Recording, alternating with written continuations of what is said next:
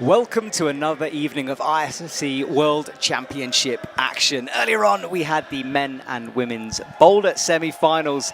The athletes accumulating points in that round, and that score will be added to the lead competition that we are about to witness. I'm Matt Groom, and I'm joined in the commentary box by Shauna Coxey, who's been a regular throughout the last couple of weeks. Well, it's felt like last couple of weeks. It's only been about 10 days, Shauna, but how are you doing this evening? And what a 10 days it has been. It's been totally insane here in Bern at the World Championships. This competition means so much, and like we keep saying, it's been so anticipated throughout this season, and I'd even say last season, because of just how important this event is. Absolutely. Well, let's have a look at some of the boulder results from earlier on so you can have an understanding of where we are in the standings. Out of 100 points, and Serato Anraku leading the way, 84.9 for him, and high scoring round for the men. Top 4 athletes all in the 80s, and after that we drop down to the 69s, as you can see. So those athletes definitely still in touch as we go down to the bottom, where Toby Roberts is sitting on 64.7. That score will be added to the lead score, which is also out of 100. Maximum 200 points available, although obviously from those scores we're not going to see the magic 200. Maybe we will one day, but certainly not right now. Those athletes, hopefully we'll see the second line of them as well. Serato Anraku, Tomoe Narasaki, Paul Jempt, Mechdi Schalk, and then Meichi Narasaki. Heavy French and Japanese presence in that top list. As we flick through as well, Ao Yurikuza, 64.5. The last athlete in the 60s is Adam Ondra, who had a pretty good so-so boulder round, still in touch, of course. And then from Sam Avazu down, we're in the 50s until we hit Yannick Flo, and then into the 40s. And those athletes really have some work to do here in the lead. Remember, out of that 200, and they've got 30 points to catch up with before they even get going, so a big ask. And for the women, it was a lower scoring round for them, apart from a certain Yanya Gambret, who has recovered from that injury we saw. She was walking around, getting physio treatment, and she's absolutely okay at the moment, which is good news. And then Oriane Berton, just under 80 on 79, and then dropping into the 50s for Brooke Rabatou. As you can see, zones very important. That high zone worth 10, low zone worth 5, so high zones vital for these athletes to get bigger scores. I'm Orion, 44.9, so the lead specialist is going to have to do some special climbing in this lead comp in order to come at Yanya Gambet, for example. And then dropping down, these athletes, well, talking about work to do. Zelia Avazu starting off at 34.3, all the way down to the bottom. Laura Rogora, not the best rolled around for her, 18.9. And at this point, it leaves it really up to the other athletes to make mistakes. There's not much recovering there. And then down at the bottom, Iju So, 21 athletes in the women's round instead of the normal 20 because of draws. And from this round, we're looking for just 8 final places, and those finals taking place in the evening on Friday and Saturday. And as we can scan up the wall, we can see the scoring, the first scoring opportunity, or number 1 there, and from then it goes 1, 2, 3, 4 in terms of increasing points towards the top 100. And suddenly the stadium has dropped into darkness. What an atmosphere here, Shauna. It definitely has changed. It's ramped up from our boulder round earlier on.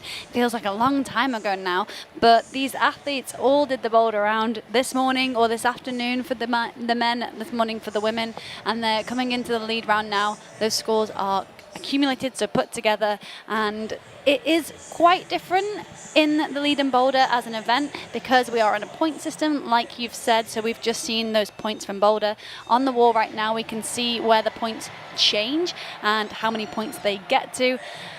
We can explain that as we go on. It is a little bit different to how lead as a discipline is scored, and it's definitely changed how the route setters have approached setting these routes. Yeah, they were saying they set from the top down. So usually they either set a crux move and then work from there, or start from the bottom. But with this one, they start top down, knowing the hot bit is very, very difficult. And serious is the word the route setters were using a lot of on that head wall for both the men and the women. And there is that 60 hold as our first athlete, Hélène Génicourt, runs out onto the stage. There she is for the women's round. And Hélène, air climbing, reminding herself of the route. The route reading was earlier on. The athletes got their 6 minutes to read the route, and Helene has now taken her 40 seconds. You can take 40 seconds to read this, and she's about to begin her climb. And this is exciting stuff, because this is really where the business end of this competition comes. In Boulder, obviously we know their scores, but we don't know where they're going to end up. And now we're going to find out this final 8. I'm scared, I'm nervous. It does really change the feel of this competition. It almost makes the Boulder round feel quite strange, because the athletes aren't maybe giving that absolute all, especially the lead specialists, as we've seen some of the athletes are very much lead specialists or boulder specialists. So we maybe see athletes kind of pushing a bit harder or holding back a little bit. But with the way this works, currently Helene is not getting any points per move until she hits that number 1. When she hits that, she gets a point, and then from there upwards she will get 1 point per move for the next 10 moves, 2 points per move for the next 10 moves, 3 for the next 10, and 4 points per move, or per hold I should say, sorry, not move, per hold, for the final 10 moves. Absolutely, well, good explanation there, because as you said, it's a bit different, it takes some getting used to, and if you want to get real geeky and look at the rules, then go onto the IFSC website, click on events at the top, and in a subcategory it says rules, and in there's 2023 rules, and you can find the boulder and lead section if you really want to nerd out. Wow, if you are really keen, yeah, do check that out. But I can understand if that's not your cup of tea. Exactly, we'll do our best to summarise those rules. But basically, Helene is now scoring points down low. She's getting 1 point for every one of these moves, approaching that magic 10 mark, and that is adding to her total. And there you can see on our graphic, Helene Janicourt will, of course, move through the rankings because she's the only one currently scoring points. It allows you at home to have an idea of our top 8 as we go. It's a great opportunity to have a look at that, to see what they scored in that boulder round. We can see here Helene with quite a low score in the boulder round, 19.6. For a lot of the women, it was a low scoring round, putting much more pressure on the lead route, something that kind of adds an extra challenge for the route setters here in the style of how they set and the way they decide on these scoring zones. To add to the score and how the points work, an athlete will get plus 0.1 if they make a move towards the next hold, a convincing movement. Even if they don't get that hold, that's how they can get a plus, which would normally be awarded in lead. So it's shown as a 0.1 here. It's a whole different way of thinking, isn't it? I'll get better at explaining that, I promise. You do a great job, don't you worry. All right, Helene Janicourt is past the 10 point, her score is going up. And the routes themselves, powerful moves in the women's, especially this section, and it does get increasingly harder. And I know you'd expect that in a normal lead route, but here things do ramp up because of that point difference. If you're just joining us, welcome to Bern. Men and women's semi-finals. My name's Matt Groom, joined by Shauna Coxey here, and we are underway as that dust flicks through the light and is being picked up by our camera just to add some more atmosphere to this stadium. And Helene actually placed 49th in the Boulder World Championships and 13th in the Lead World Championships, suggesting that her preference, or how she's doing this week anyway, is definitely stronger in lead. So we'll be looking for a good performance here. Has now got 30 points on the board and is into that next zone, scoring 3 points per hold here, if I'm correct. I think I am. Yes, you are correct. So she's into the big points now, but she is having to struggle here as she crosses through. We know each section ramps up, which has been really interesting to see. So as you step away from the wall, we'll get a wide shot soon, and you'll see the sections are in different colours. Makes it a lot easier to see when the points change. But also, don't forget, when they move through these sections, their pace kind of changes. The route sets have been really clear and precise in changing that style, forcing the athletes to really fight. We know this is probably the first really difficult move, but Helene really looking comfortable and in her happy place right here. She is indeed. She's approaching that head wall where you can see the 60-point mark. From then on, as Shauna said, 4 points per hold. And that's really where Helene needs to get. Remember, Yanni is out in front with that 98.9. And although Helene is doing well, she's still only in third position, which just shows you. Now, I'm not sure that graphic has actually changed. So perhaps that's no, it is changing. So 54 is her score in lead.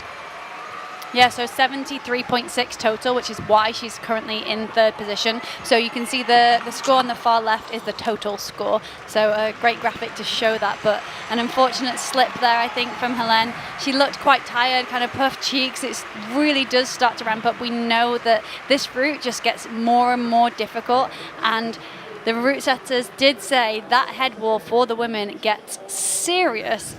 That is the word they used. I love that description. Serious stuff out there. And it is serious stuff because we're looking for Olympic places. And you could see that Helene, she really needed to get as far as possible. And something I spoke to Helene about recently, I said to her, you always look frustrated when you come down from the wall, even when you do well. And she was like, well, if I'm not topping a route, then I'm not doing well. That is her mindset. She wants to clip those chains.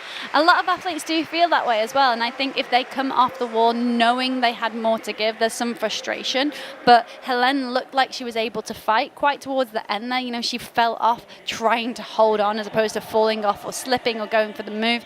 It looked like a little slip from the first camera angle, but we saw the slow replay there, and she just looked kind of gassed out, I think.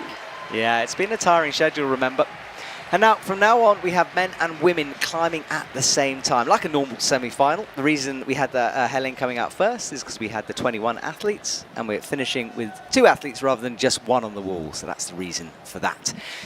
And the 21 athletes, just to explain, sorry to jump in there, I didn't mean to, is that we had a tie in the lead and boulder results when they were put together, so therefore we ended up with 21 in the combined in the women and just 20 in the men, which is what we would normally see. Exactly, yeah. So I think we've pretty much said all the rules in the first 5 minutes here, but do not worry, we will refresh things as we go along. And I'm sure you can send Shauna some questions on Instagram as well. I know she's been putting up lots of behind-the-scenes posts and everything, so she's our expert here in the commentary box. Yeah, maybe I'll check them out after the round. Yes, all eyes not on the now. action. No, God, I'm no. not going to be reading messages no, right now. No, absolutely not. No. But anything you want to know ahead of semi-finals, I'll pop something on my story, so you can send in those questions and we'll get them answered. It's a great idea. Thanks, Matt. No worries. All right, so Colin underway on the left. Shanso on, sorry, Eugen on the right there. A nice split screen. And Colin making those early clips, and he heads towards the first 10 hold. It's a little bit lower for the men, only slightly. Of course, we need our 100 points. Yeah, it changes the way we talk about these routes as well, because they're aiming for that 100 points. You get the 100 points when you clip the chain. It's important to remember as well. We're not just trying to get to that top hold, but it's very interesting, I think, to watch the climbers in their approach here. Will they change their pace? Are they looking at the numbers on the wall? Do they glance up to them? Are they even thinking about that, or are they just climbing? It's going to be interesting to kind of get some feedback from the athletes, and I think you can actually get that from watching the way they perform on the wall, their body language, where they're looking. It does change the game. It does indeed, yeah. It's a different mindset for these athletes. Colin with that ankle strap, we talked about it earlier, and we were seeing in his Instagram posts about how he was battling through that injury. We're good to see Colin out and about on the wall. Yuju rotates. She's on the scoring zone now. Right hand on the 10 points, indicated by that pink line in a similar way to the zones in Boulder. And Colin crossing through on some pretty bad looking crimps up there. Yeah, we know these crimps aren't that good. We were told they would favour a more open-handed climber, so a climber that doesn't like to really crimp hard with their thumb over, wrapped up. You see Colin is crimping there, kind of half crimping, heel in. They're not in cut, so they're not holding onto him. He's holding onto them for sure. That's a great way to describe it, actually, yeah. So Colin's having to work up there. We also heard that this clip that Colin's trying to make is a tricky clip to make, and the climbers have to make those clips. They cannot skip them. If they do, they will only score a point from the last possible clipping position of the clip that they missed. Yeah, he's got to get them all in, and he has clipped them in sequence so far. And he's allowed to make it swing like he did. You can't pull on a quick draw, that's cheating, but you are allowed to lift it, put it over your leg, flick it like he did so it's swinging and easier to clip, and Colin has to be precise with that right foot on that no-tech surface. Yiju hitting into that next section now. She's got the 30 points and she's into the next yellow section, scoring 3 points per move now. Yeah, so she's getting the big points in. Colin up on the head wall already. He seems to have got there super quickly. We know these holds are absolutely terrible. They're so unforgiving. These moves are going to punish any mistakes that the climbers make, and Colin's starting to fight, and we also lose Yiju just now too.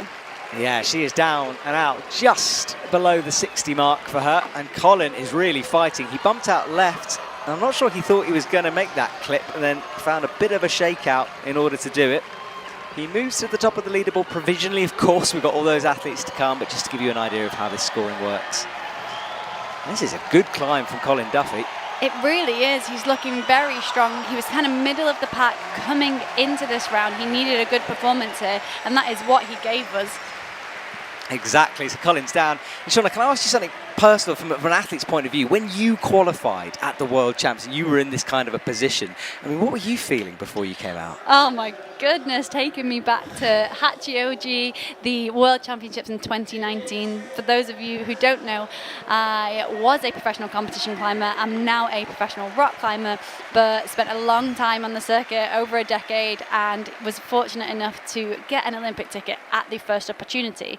Much like these athletes here, I was competing for one of those few and rare spots at the Olympics at the first possible event. And actually, I was really surprised. It was totally unexpected. My training plan was for kind of aiming for the Continentals or later selection events, but to clinch that ticket at the first event was one of the most amazing and surreal experiences of my life. But wow, was that event exhausting. These athletes are pushing themselves so incredibly hard. They've done years of training leading up to this moment. We get to see this small little snippet into their world. They get to show us what they can do in this moment. But competing is so arduous. They don't get to lie in if they didn't sleep good. They don't get to rest and climb tomorrow if their skin's not perfect. Wait for the conditions. They have to pull on that wall right now, regardless of whether they have a headache, whether they need to go to the toilet, whether anything happened in their family life. It does not matter. They have to perform in that moment, and it is so impressive seeing top climbers perform regardless of all of the things going on. And yeah, I'm trying to give some insight into what that world's like, so I hope I'm able to do it a little bit well. And I also love geeking out on movement, as we've learned in previous rounds. Yes, you do, and go back and watch those broadcasts before. So Jae Kim on the right from Korea, on her comeback, and what a comeback it's been, fighting for an Olympic place here. And Meiichi Narasaki on the left, taller climber, good on a boulder wall, good in a lead rope, and he has potential to make that top 8.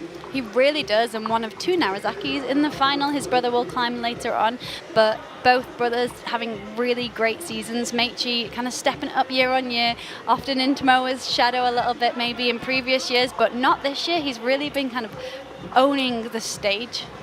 Yeah, absolutely. He's stood up to the mark, showing the selectors what he's made of in that Japanese squad. He talked a lot about the how difficult it is within these big teams to A, get in, but to B, get those Olympic places. It's kind of now or never. Meiichi cuts loose, swings on the 10. And he now matches, crosses out to the left, and he begins these powerful moves through the blue volumes. And I say it every time Jae climbs, but she did take a break from competition climbing. We thought maybe she'd retired. She's come back, but that was after giving birth to her daughter. So what a comeback she's had, winning a gold medal this year. She is ultimate mum goals. As a mum myself and coming back to climbing, I know just how hard that is, and it's really, really impressive to see her performing on the biggest stage. And we just lose Meiichi there. Unfortunate for him. He's looking at his hands, maybe a slip. We know that section is quite powerful, is quite hard, and we did expect to lose some climbers, because if you do make a slight mistake, that will be punished just as the route setters intended. Absolutely. So Meiichi blowing a hand there. You can see the puff of chalk go as his heel exploded off that blue volume. And now we've got the score on our right screen, a little too cramped to have it up all the time. And Jae chalking up and relaxing on that first scoring opportunity.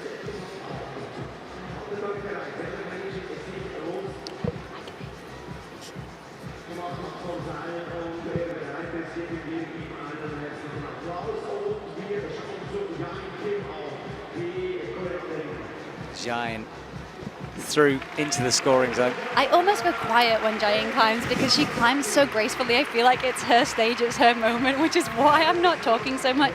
She did not have the boulder round that maybe she would have wanted. With Jayan, she finished 45th in the Boulder World Championships and 13th in lead. She's someone who definitely prefers the lead stage. You know, she's won a gold medal at a World Cup this year. She's currently holding a hold that was put on as an intermediate. You know, this lady can hold absolutely anything. She finished the Boulder round with 19.1, so she is going to be looking to have some really big scores on the board now.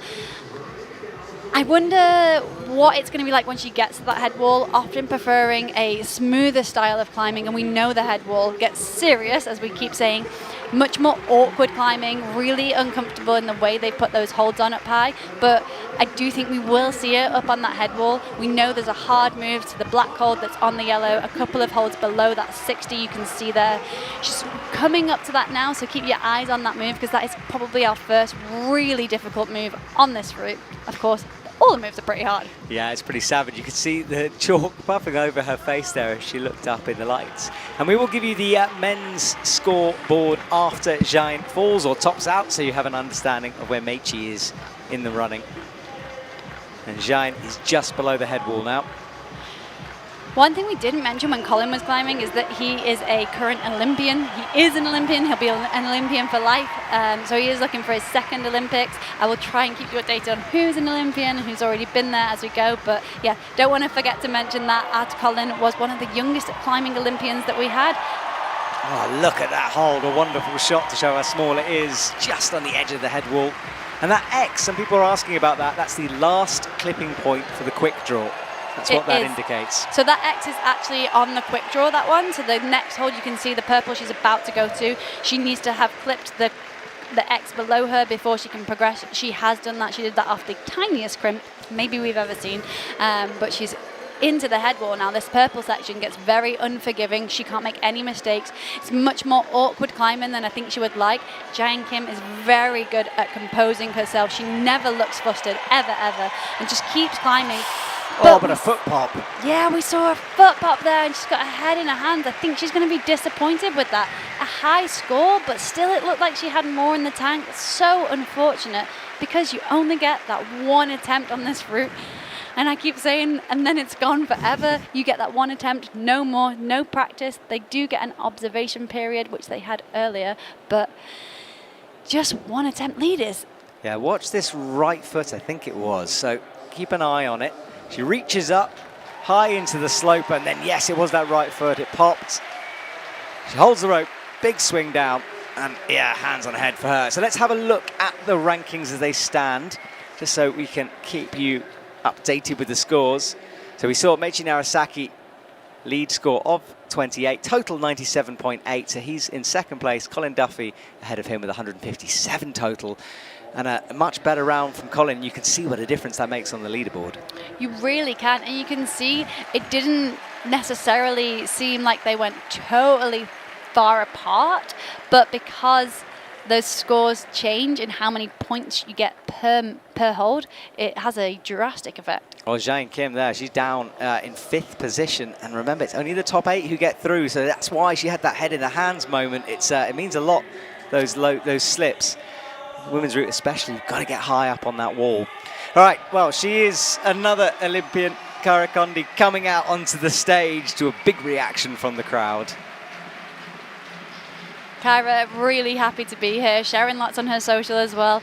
She has a buzz about her when she's in the arena. She's so passionate. She was screaming yesterday at the paraclimbers too. She's really passionate to be at all the events and absorb this entire atmosphere. Her parents in the crowd as well, watching eagerly. It's great to see how much support these athletes have, both from their friends, their family, but also, we haven't mentioned much, this crowd yet. It has ramped up tonight. It has indeed. They're packed in, cheering the athletes all the way. Kim Chang-song on the left, he's underway as well. There he is from Korea.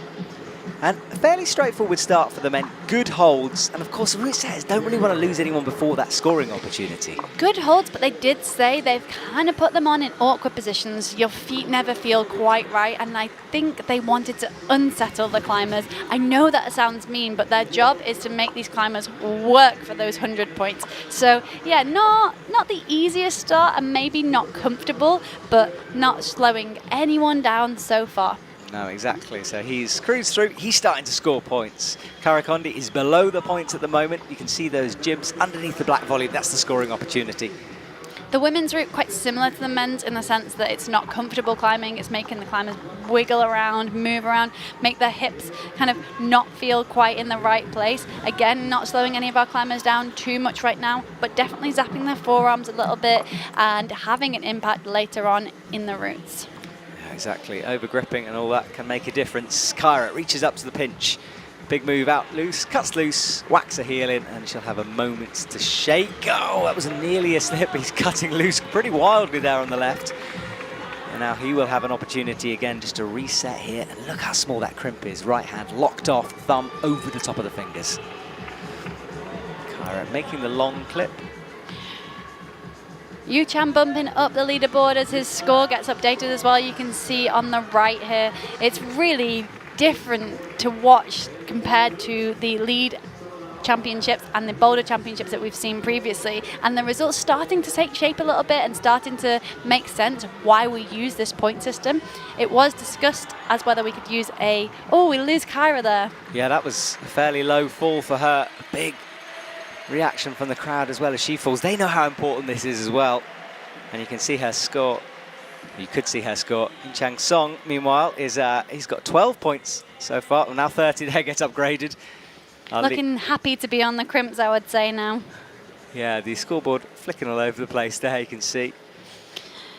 Yun-Chan, he finished 63rd in Boulder, 10th in lead, much preferring lead routes to Boulder, I would say. So in his happy place, looking quite calm and collected here. And earlier I was saying we were trying many times to figure out a way that we could combine these two sports into one set of results, ultimately deciding on this point system. It does sound complex. A lot of people ask why we don't use the multiplication system, which we used for the previous combine, and that's because there are just too many ties when you multiply two sets of results. It just doesn't really work, unfortunately. So we've got this point system to make it as fair as possible. Exactly. You could never please everyone, so we go for this compromise. And I find it very exciting, especially that boulder round. It was brilliant earlier on. Yun-Chan is approaching now this hard section, these big black volumes, creates a bit of 3D effect on this wall. Hits the crimp on the edge of the volume, whacks in a heel. He's got to make this awkward clip now. Yeah, we were told this is a hard clip. It's definitely going to tire the climbers out. He's opting to go a little bit higher, really quite far away from the clip. I don't think he's going to be able to reach from there. He's got it swinging, but had to be quite aggressive in help making that clip swing there. This is the moment every climber knows you can't quite reach a clip. He's shaking out, and reversing these routes is very difficult. It's something that specifically the route setters said, and that will have burnt a huge amount of energy even if he's got it in like that. Yeah, really unfortunate for him that was such a hard clip. But lead climbing is about clipping. As much as it's about climbing, you have to get those clips in order. And he swings down. You could tell it took something out of him, and I think he just knows and has accepted that. He is in third place at the moment, but many to come. Right, so he looks back at the wall. The belayer will loop the rope back into the box. If you want to know about belay, we've got a nice little clip in one of the World Climbing Club shows that's on YouTube. We had Ty, the USA belayer here, doing masterclasses. And a lot of people messaging saying that they didn't understand how complicated belaying was, but it is such a massive part of this sport. It is, and someone asked, do we travel with our own belayers? And I'd never even considered that. I think that's a great idea. That's good to me. But I've never considered who's belaying me in a World Cup or a World Championships, because I know that they are really good belayers. We've seen some great belaying, so yeah, big thanks to them. Exactly, and to all our volunteers doing everything here in the arena as well. They're looking after us. Well, speed wall over there, that was in use earlier on this afternoon for practice. And right now, though, Sasha Lehmann is on the big screen, as you can see, and wait for this reaction from the crowd.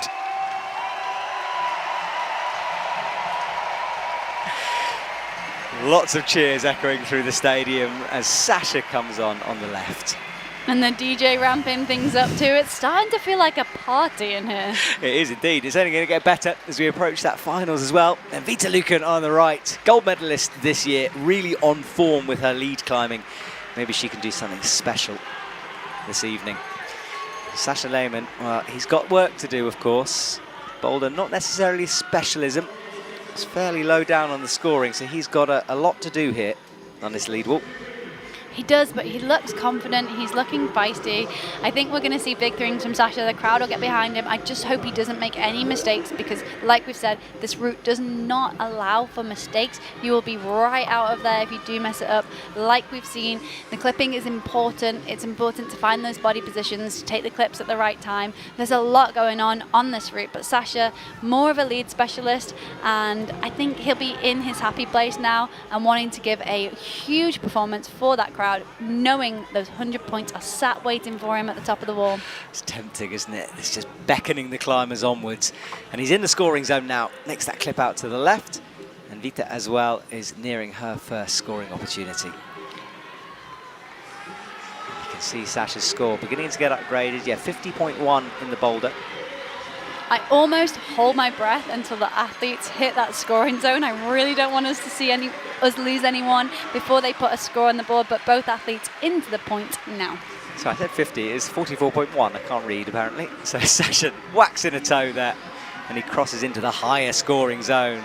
And I would imagine that every move he does, and that's a big swing to hold. It was a big swing. We know that's quite a powerful move. He's got his feet straight back on and chalking straight away, so obviously feels quite comfortable in that position. One thing Sasha is really good at is relaxing. Even after he's had to do something quite difficult, he straightens his arms, he takes a breath and continues. Really experienced lead climber and showing his confidence and his experience in just doing that right there. Doesn't look like much, but is huge. Yeah, he shook out, had a moment, big slap out right though, to a good hold, but in awkward position. Look how good he is on that high heel, and Vita is into the 10-point zone. 10-point scoring, I mean. He's got this awkward cross through to that blocked volume. My eyes are just all over the place as I'm trying to take in Sasha and Vita. It's exciting stuff. We know the hold that Vita is on right now is not a good hold. She's trying to come into match. We've lost athletes on this move. You can see by the fact that she's reversing the move, she's not comfortable, and we asked the setter, is this a good hold or not? He said no. Maybe it's slightly better than the one she's going to. She hits it and holds it. Really impressive that she was able to make that work after not looking so comfortable. Hopefully she can get something back in here. Sasha, meanwhile, is storming through these crimps. He looks in his happy place now, but can he make this awkward clip? Yeah, he knows it's there. Oh, you can see. And the problem is it's a bit of a trap because you think maybe I made a mistake. Should it be one more move? Is it this awkward? But look at that from Sasha.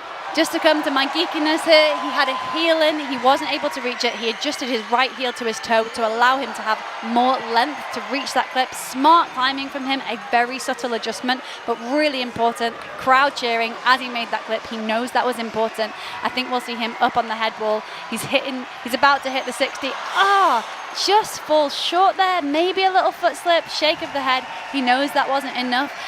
We do see him sat in that second position currently, but we've got a lot of climbers to go, and his points total are currently 101.1, and we've got athletes sitting after Boulder just under 100. Oh, it's all go. Vita slid her way into that pocket with the left hand, found it eventually, and she's at 30 points now. And you'll see her score go up. She's now in 5th. So 28 currently scored for her in lead. And just to explain the scoring again, we can see the Boulder score, but we can see the combined score of both events in yellow. The Boulder score is the next column, and then the lead is the next column after that. Vita falls, takes a big fall down. She hadn't made that clip, so a long way to go for her. Safely down to the ground, and she's currently in 5th place. Yeah, 5th place as that score just gets adjusted with a point for the plus. Yeah, we see her 36.1, and like you said, she gets that 0.1 because she made a convincing move towards the next scoring hold. So good work from Vita. Hard to tell if she's happy or sad there. She's one of those athletes, again, all the athletes want to top out, obviously, and they know the higher you get on this, the more chance you've got of that Olympic place. So our crane cam in the background. High production values here in Bern. And next up is Ayala Karem from Israel. She's framed in a blue light backstage somewhere. Good opportunity for the audience to see her there and see what she's going through in these last few seconds before she enters the arena through that arch in the middle. It's a really intense place to be when you're in that moment just before you walk out to the crowd. Often you can catch a little glimpse. You're feeling the atmosphere, you're feeling the energy, maybe some nerves going on. I expect some nerves going on. They are here competing on the biggest stage. All of that preparation leads to this moment right here. If they want to climb in the next round, they need to have a good performance right now. Do. Sean Bailey, there he is on screen from the USA. Feels like a finals here tonight, I tell you, not a semi-finals. A lot at stake. So Sean's underway, Ayala's underway. There's tape on her right leg. I keep thinking it's some kind of a new tattoo from her, but it is tape. Sean skips over to the left. Nicely done, smooth from him. Ayala reaches down, makes that second clip. So Colin Duffy still sitting on the top spot, 157 points out of 200 total. Then Sasha Lehmann, Michi Narasaki, Chung Song after that. It does feel so tense until these athletes reach these scoring points. I'm holding my breath, kind of feeling every move that they're climbing with them. It seems strange because you just want to climb the route, right? They should be focused on the climbing, but suddenly you've got these points on the wall. It changes how we see the route. The crowd are now so much more aware as well. As this round progresses, the crowd are much more aware of what is expected of the climbers on the route. They'll know the cruxes and when to cheer. It sort of changes the atmosphere in here. It changes how the crowd interact with the climbers. Definitely having an impact, I think.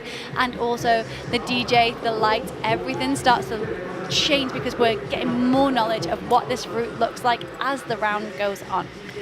Yeah, they're learning, as you learn and we learn here about this route. Sean into the highest scoring zone, or about to be, and Ayala, she's got points to the board, thank goodness. And as you said, yeah, it's a funny moment when you see that #1 coming. You certainly breathe a little easier once they get those points up. Ayala Karem is on 6 now, so score adjusts to 41.8. Sean thumbs on the Notex. Up into the dishes on the blue volumes. Wow. And look at that splits move. Great flexibility, a really good display of a side split from Ayala right now, and the crowd cheering for that, understandably so. I had my head turned sideways there. I was trying to work out that move. It was, I don't think I've ever seen a splits move that deep from Ayala. She bumps into the second of those holds, and you were asking about those 2 volumes, and they feel different. There's a different lip on them. Yeah, so the first is bad, and the second is worse. Simple to understand. And Sean as well is on those crimps that are more rounded than you want. Ayala plummets. She goes down, and that's going to leave her outside of the top 8 as she stands. So it will not be an Olympic place for her. Ayala looking quite tired there, looking like she was fighting already. She did finish 33rd in the Lead World Championships, so Boulder tending to be her preference. Unfortunately, we didn't get to see a good fight, and really surprising early fall for Sean, head in his hands. I hope we get a replay of that. It was hard to see what happened from the angle. It just looked like he popped off. I don't know if it was a foot pop, a hand pop, a sequence misread. I think he went out of sequence down low because he kind of adjusted himself and then continued climbing and then fell. It just didn't seem comfortable on those moves. And he doesn't seem pumped in the slightest. Not how you want to finish a lead round. You want to come off a lead route with your forearms screaming because you tried so very hard. Not what Sean's going to get here. He's nodding his head as if he knows something didn't go quite right there. Yeah, so we work to do. Ayala went the wrong way there, went through the arch, and she's directed back across the stage. Let's see this again. So yeah, he dropped back down to kind of readjust and had a foot swap. He just couldn't find the right body position there. He was in sequence. He stepped his foot up exactly as we would expect and then opted to change his foot, looking really uncomfortable. A surprising climb from Sean. He's definitely got a lot more to show, and hopefully we will see that in competitions to come. Yeah, this isn't the only opportunity to get an Olympic place. It's just the first opportunity to get an Olympic place. And Yoshiyuki Gata on the left. Now, this man had a nasty fall during the lead round, head first down towards the ground, so hopefully that hasn't affected him too much for this next lead round. And some nasty falls in Boulder too. He's been put through his paces here, but he doesn't seem to be letting it affect his climbing too much. He's such a strong athlete. He's been working athlete in Boulder. He's been working really hard in his lead performance, so he'll be wanting to show a lot out here today. And Team Japan, a very, very stacked field, potentially looking to qualify multiple spots at this event, which would mean that there's no more spots available for Team Japan because there are only 2 spots per gender, per nation available if the nation chooses to accept those spots that are qualified. Lots of different things can happen, but just to say, if there are more than 2 per gender in this event, it's going to be per gender, per nation in this event, it's going to make things very much more interesting. It is indeed. And Manon Healy on the right, she's another member of a big team, big federation, and she's a lead specialist, so she's looking to do well here, which just adds to the tension for me, certainly. When you know someone should do well, you're more nervous for them, or I am anyway. She's about to hit the angle change, goes to 40 degrees in the middle of this wall, 15 degrees at the top. Manon finishing the Boulder round with a score of 28.2, so she's really wanting to improve that score by getting super high on this lead route, but like you said, is a lead specialist, much prefers the lead rounds, but again, coming from a very stacked French field, so the pressure's kind of doubled for both of these athletes, it sort of feels like. Yeah, exactly. It's a lot. Yoshiyuki does that swing in a similar way to Sasha does, penciling his legs backwards. Manon Healy shakes out, gets that quick draw, and that's what I was talking about earlier. You can either set it swinging or loop it over your arm in order to clip it, but you cannot pull on it or use it as aid. Yoshiyuki is crossing through as well. That's a good shot to show the angle of this wall, that 40-degree overhang. It is easy to forget just how steep that is. Yeah, it is. When you stand underneath it, you can't see the top of it. It's an intimidating place to go climbing. We heard that the men's route is quite bouldery at the start. It's very physical, it's demanding. So Yoshiyuki, previously a Boulder World Cup winner and a very, very strong boulderer, we know that he will like that style. It's just how fit he is to keep pushing and keep going. Oh, and we lose him there, leaving his feet really far behind, making him too extended in order to get his weight onto that crimp. Yeah, so a fall from him early on. You could see him fighting for it, and Manon's in a bit of trouble here as well. She had that left hand right in the middle. For a moment, it looked like she was going to match, but goes up to the worst of the worst holds, with the 2 bad holds.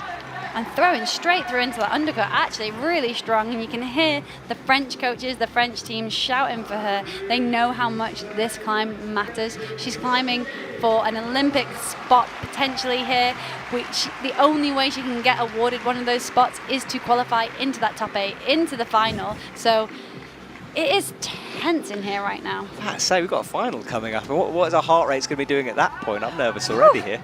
And like you said, it does feel like a final. It's eerie in here right now. Manon, the only one on the wall after we lose Yoshiyuki with after an extended slip there.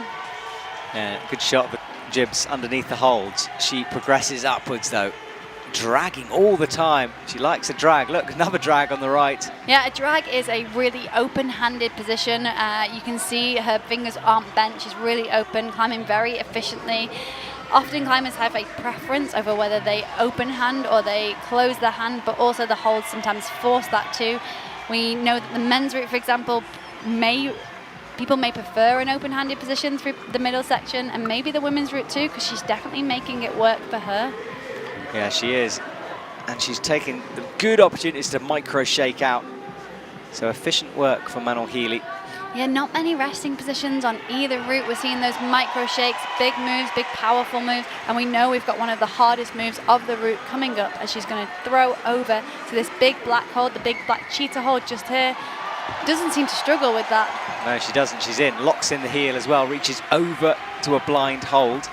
So there's a hold on top of that black hold, a screw on. They've made it a little bit more positive just so the climbers are able to get a little bit more back and making this next move to the crimp a little easier. It is a blocked crimp, so not an easy move by any means. No, no real indication. There's going to be some chalk left from other climbers. The thumbprint you can see start to develop. And Manon is shaking that left hand out desperately out there, trying to get rid of that pump, and the right hand. She knows what this head wall means coming up. It gets very hard from here on. Bumping, and she falls. She looked like she lost her heel then, a slip for her, but you could tell she was pumped, she was tired, she was trying to shake to get something back. I think if she'd have hit that hold and managed to get her feet up, maybe could have stood on her legs a little bit more, but an unfortunate heel slip. Yeah, we'll see a replay of it. This was where she was trying to get something back. She had the left hand on that blocked crimp. We couldn't really see from the other angle. Adjusting on it, but you can see how blind it is. Can't really see what she's holding on to. And bumping her hand around to try and figure it out herself. The climbers wouldn't have been able to see exactly what that hold was from the ground. We have the luxury of seeing it from above, but all they've done is read this route from the ground. So you could see her bumping around, and that's why, because she wanted to feel as much as possible. When you're on the wall and you're bumping around trying to find something better, it's so disheartening when you bump and it gets worse and worse and worse, and the bit you were on was the best bit, which is what just happened to Manon there. She was holding the best bit, bumping around, trying to find something better, and ultimately had to just settle with what she had at first and then try and make that move. As she went for the move, the foot slipped. There was no way she was holding down without her feet, because that was what was holding her weight underneath her arms. So we did lose her as she tried to progress to that next hold. So that was the story of her route. Osh McKenzie is on. She rereads the route in her mind and in her arms, that air climbing that we're used to seeing. And then Tomoe Narasaki for the men. He strides towards the wall with purpose there.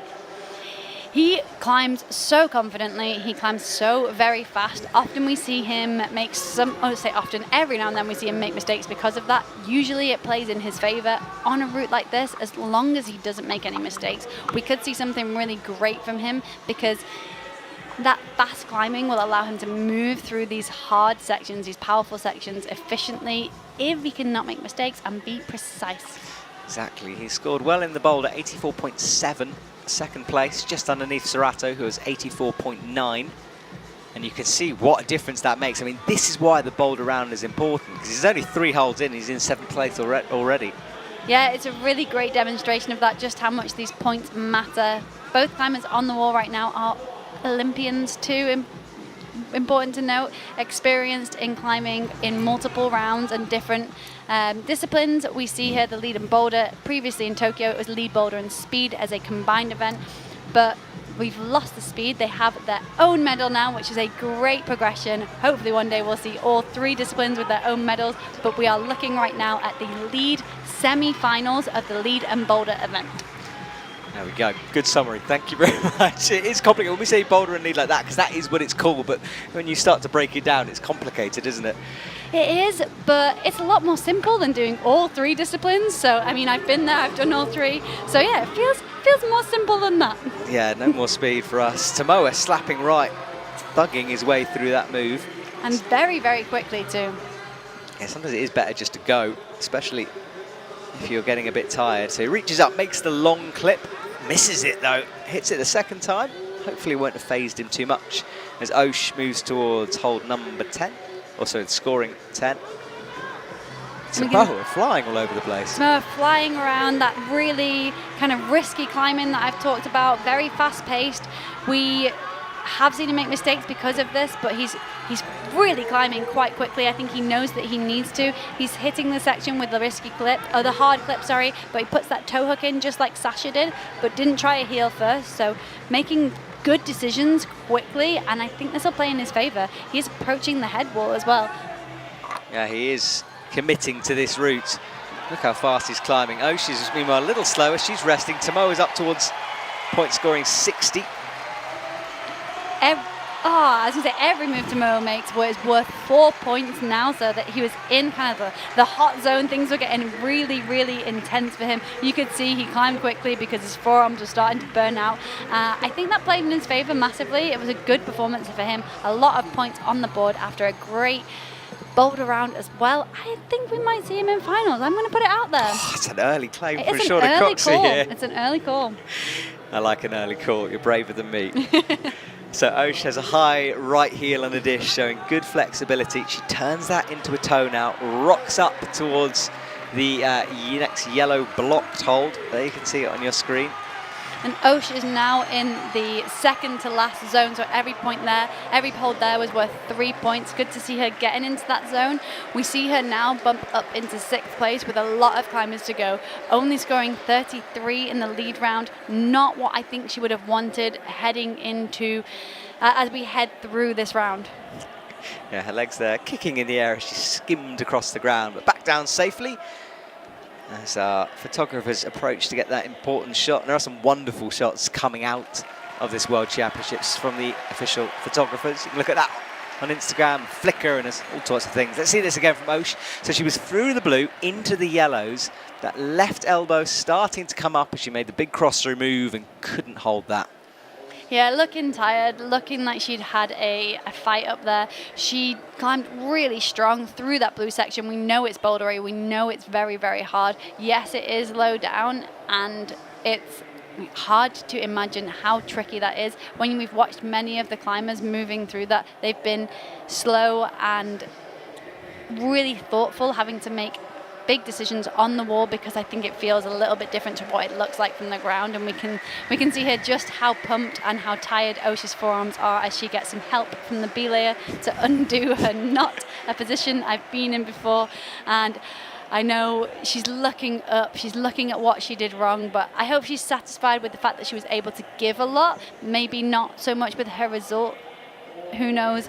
But Osh, an Olympian currently, and will be looking for a spot, has more chances to come if she doesn't finish in that top 8. All right, there we go. And she's got that continental qualifier coming up as well. This is our current result. So the top 7, they've all climbed both Boulder and Lead now. So Colin Duffy, although he was disappointed, he's actually doing pretty well with 157. Tomoe Narasaki, we just saw him. He got an 84.7 in Boulder, strong, 64 in Lead, and he moves up to 2nd place. Mm-hmm. And then for the women, well, Yanya Garnbrett's still out in front. I mean, that just shows how good her score was. Jane Kim in 2nd with 72. Manon Healy, 54. And 82.3 total. Sorry, I've said that the wrong way around tonight. Thank you, Shauna. 82.3 total. And yeah, Yanya's score from the boulder, that really did make a huge difference.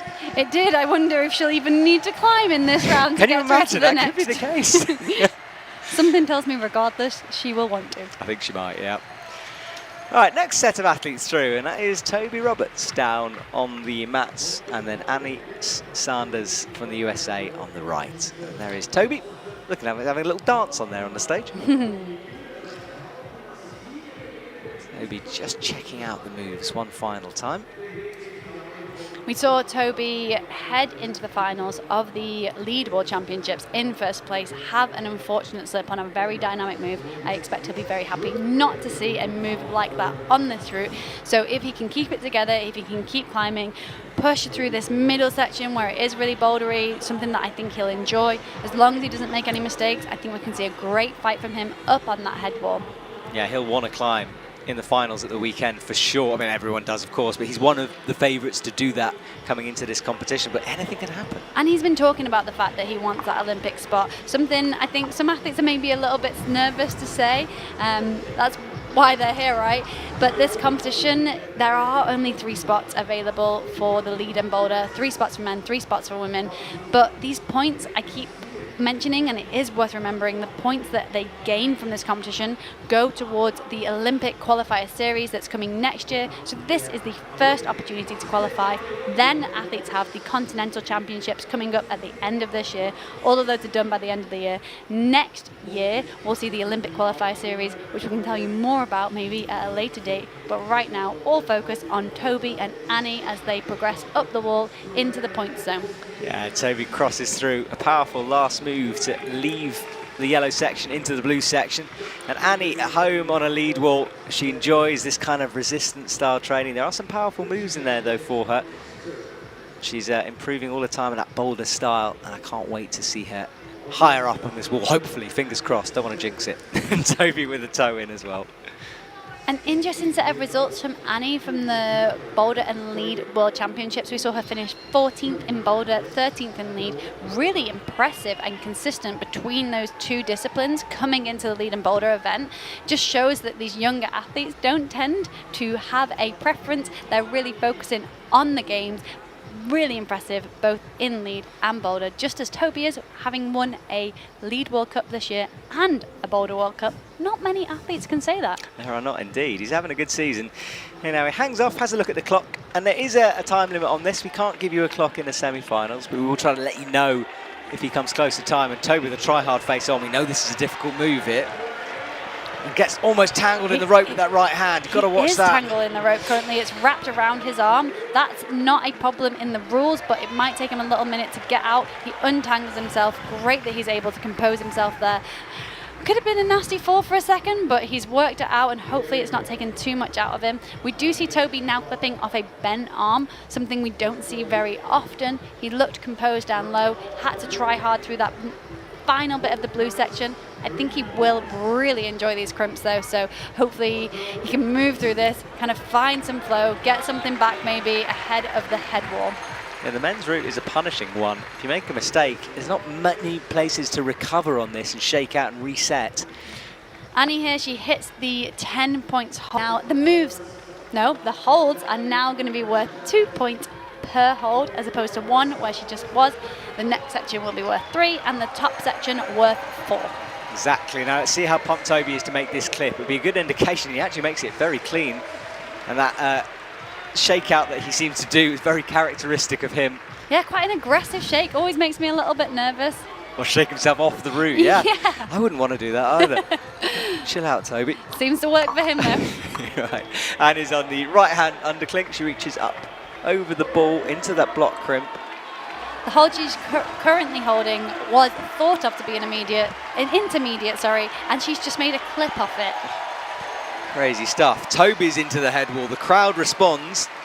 When we say head wall, it is the last section of the lead wall. I've just realised we didn't explain that for those people who don't know. So it's the last section. It tends to get more technical, tends to get way more feisty, much more unforgiving, not allowing mistakes. The climbers are tired. They've done so many moves to get here. But Toby, suddenly looking in his comfort zone. He loves a fight on a head wall, and we love to see it. Yeah, he's Mr. Tryhard, isn't he? And he has to here. Annie as well is micro-shaking her way through this section. She moves into the next higher scoring opportunity. Toby ever upwards on the scoreboard though at 140.7 now. And he wants the crowd.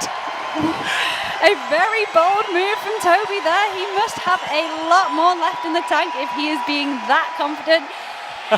He's showboating now. This is brilliant. It's like he's relaxed suddenly. We heard from the setters that this was going to be unforgiving. He's shaking out whilst locking off. He's hyped the crowd. The crowd are there for him. Annie, meanwhile, is making great progress, but all eyes in this stadium are on Toby as he approaches 100 points on that last hold. Wow. Annie falls on the right, head in her hands. That's annoying disappointment from her. She comes down, and we were not excited. We have to watch Toby on the left here because this is a huge last move for him. He's trying to work out if he can palm his way up towards it. The setter said when you get here, it is obvious what you want to do, and he throws one hand, two hands into that top hold, gets the clip, and 100 points for him. You can see what it means after a disappointing boulder round, a disappointing lead round in the lead and boulder events. As single disciplines, he's come into this lead and boulder event as a double discipline and shown what it means to him. That's massive from Toby. So he's done everything he can do on lead, and that must be a good feeling. So his score is up there for all to see, 164.7. That's our new high point, and Toby is happy with that. As he should be. Our first 100 points of this entire competition is taken by Toby Roberts. Well, this was the top, so he pressed, got his feet in the right position, pounced towards it. He did, and you can see there is a higher foot option. He thought about it. He had the time to figure out what he wanted to do, what would work best for him there, really committing to that top hold. Once he decided, there was no hesitation. One hand in, taking the swing partially, and then getting that second hand on. And wow, did the crowd enjoy that, as did we. We did indeed. Good moves from Toby, our first top. But already we have to move on because Miho Nanaka is waiting in the wings. She comes onto the stage, and then for the men we have Ao Yurikuza on the left-hand side. Whew, I feel like I need to take a breath after that. Annie, unfortunately, I think we saw Annie take a slip there as she was crossing into quite a difficult, awkward move. I don't think she'll be best pleased with her performance there. I think Annie can give a lot more. We did see her finish 13th in the Lead World Championships, so maybe not what she was expecting from that round, but she is only 16 years old. Yeah, she's got a long way ahead of her for sure. Right, Ao Yurikuza begins his climb, calm and collected, as he always seems to be on a lead rope. He's on those awkward starts, some slopey feet going on. Brings his right hand up into the undercling. And Miho as well is 2 clips in. And the Annie Garbutt still out in front. Annie Sanders got the score 39, so yeah, fairly low down for her. Al looking a little bit uncomfortable here. We know that this bottom section isn't friendly, I would say. The setters have purposely kind of thrown the athletes off, made them work for that bottom section, not making it easy work for sure, but he's now into the point. Miho, meanwhile, is working her way up. I think she's just about to head into the points now. Al, I'm confident in saying that he's preference is lead. He's won a Lead World Cup previously. We saw him finish 5th in lead, 49th in boulder at the World Championships last week. So definitely in his happy place now. Miho, I would normally say, was a boulder specialist. We did see some interesting results from her, missing the semi-finals in the Boulder World Championships, but making the lead finals, an incredible result from her, and climbing really well earlier on in the round today. So I think she's going to be feeling ready for this, taking that confidence from being in the lead final just a couple of days ago. So both athletes, definitely keep your eyes on both athletes as they progress up this wall, if you can. It's hard to do, I know. I know, I feel like I can't look away for a second here. Ao Yurikuza up with the left hand into the dish. Powerful moves, and Miho's crossed up here. She unwinds, locks off with the left and stretches up to that bad edge. She'll make the clip from there. Both climbers looking composed, looking confident in their route reading. They aren't darting around with their eyes, their hips aren't shifting around. They seem quite comfortable in the decisions that they've made from the ground when they took that information in. We saw Al looking a little bit unsteady at the start, but seems to have found his flow now. Yeah, he's into the higher point scoring zone there, crosses through with the left, cuts loose again. Saw some fairly wild cut looses there, but he was brought his feet immediately back into the wall, more in control. And Miho into that blocked hold, up to the dish with the left hand. Keep an eye on the score on the right hand side. Let's not forget, Ao just heard what just happened. There is no doubt in my mind that he knows Toby just topped. I think everyone in Switzerland knows Toby just topped. There was an eruption from the crowd, an eruption from Toby himself. He knew what it meant. So suddenly the pressure is on. This route is toppable. I know they expect it will be, but suddenly those 100 points have been got. Someone has those 100 points. Now everyone else knows that it's possible to get them. Exactly, so it's doable. Ao choosing to do the long clip over the top of his arm, pulling out lots of rope in order to do that. He gets set up for the next flat crib. Miho, look at that power. Shoulders in action as she reaches over the top to that blind hole. We know what it looks like. She doesn't so much. And Ao crosses through and under. Miho falls. It was unfortunate to lose Miho there. She was looking quite steady, and Ao too. I'm not sure what happened to both climbers. It's like someone turned the gravity up in here all of a sudden. Both climbers looking quite composed and then suddenly quite flustered. The head wall can do that. We lost both climbers as they were approaching that head wall. Often the move to the lip of the head wall, so that last section of wall where the angle changes from steep to less steep, that move can be quite challenging, both mentally and physically.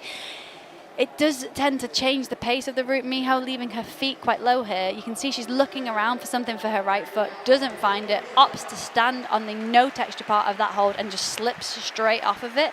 A really unusual choice for her to make that decision. I expect her forearms were starting to feel quite pumped and she had to make a decision, opted to stand on the no texture part of that hold. Anyone who's tried to stand on a slippery part of a hold, a no texture part of the hold, or an entirely no text hold, as we've seen in this competition previously, knows just how hard it is, and we saw what the result was there. Absolutely. So Miho slides and comes down. Molly Thompson-Smith enters the stage on the right, and Yannick Floe on the left from Germany. He walks on as well, stands calm and collected, and Yannick needs to find that calm flow state. He can occasionally be a little bit up and down. At the moment, according to his coaches, he's in a good frame of mind. He is, and we've seen some great climbing from him throughout the competitions that we've had here. He did finish the Boulder round with a 49.8, not what he wants. Molly finishing the Boulder round with 24.6. So both climbers needing the climb of their lives if they want to be in that final later on not later on tonight. It's definitely not tonight. I hope not, Shauna. I can't do any more of this. In a couple of days' time. It's late. We've done a lot of talking today. We have. Tomorrow, we do continue that, though, just to let you know. Paraclimbing finals tomorrow, then speed climbing finals, so not a single hesitation in all of this climbing.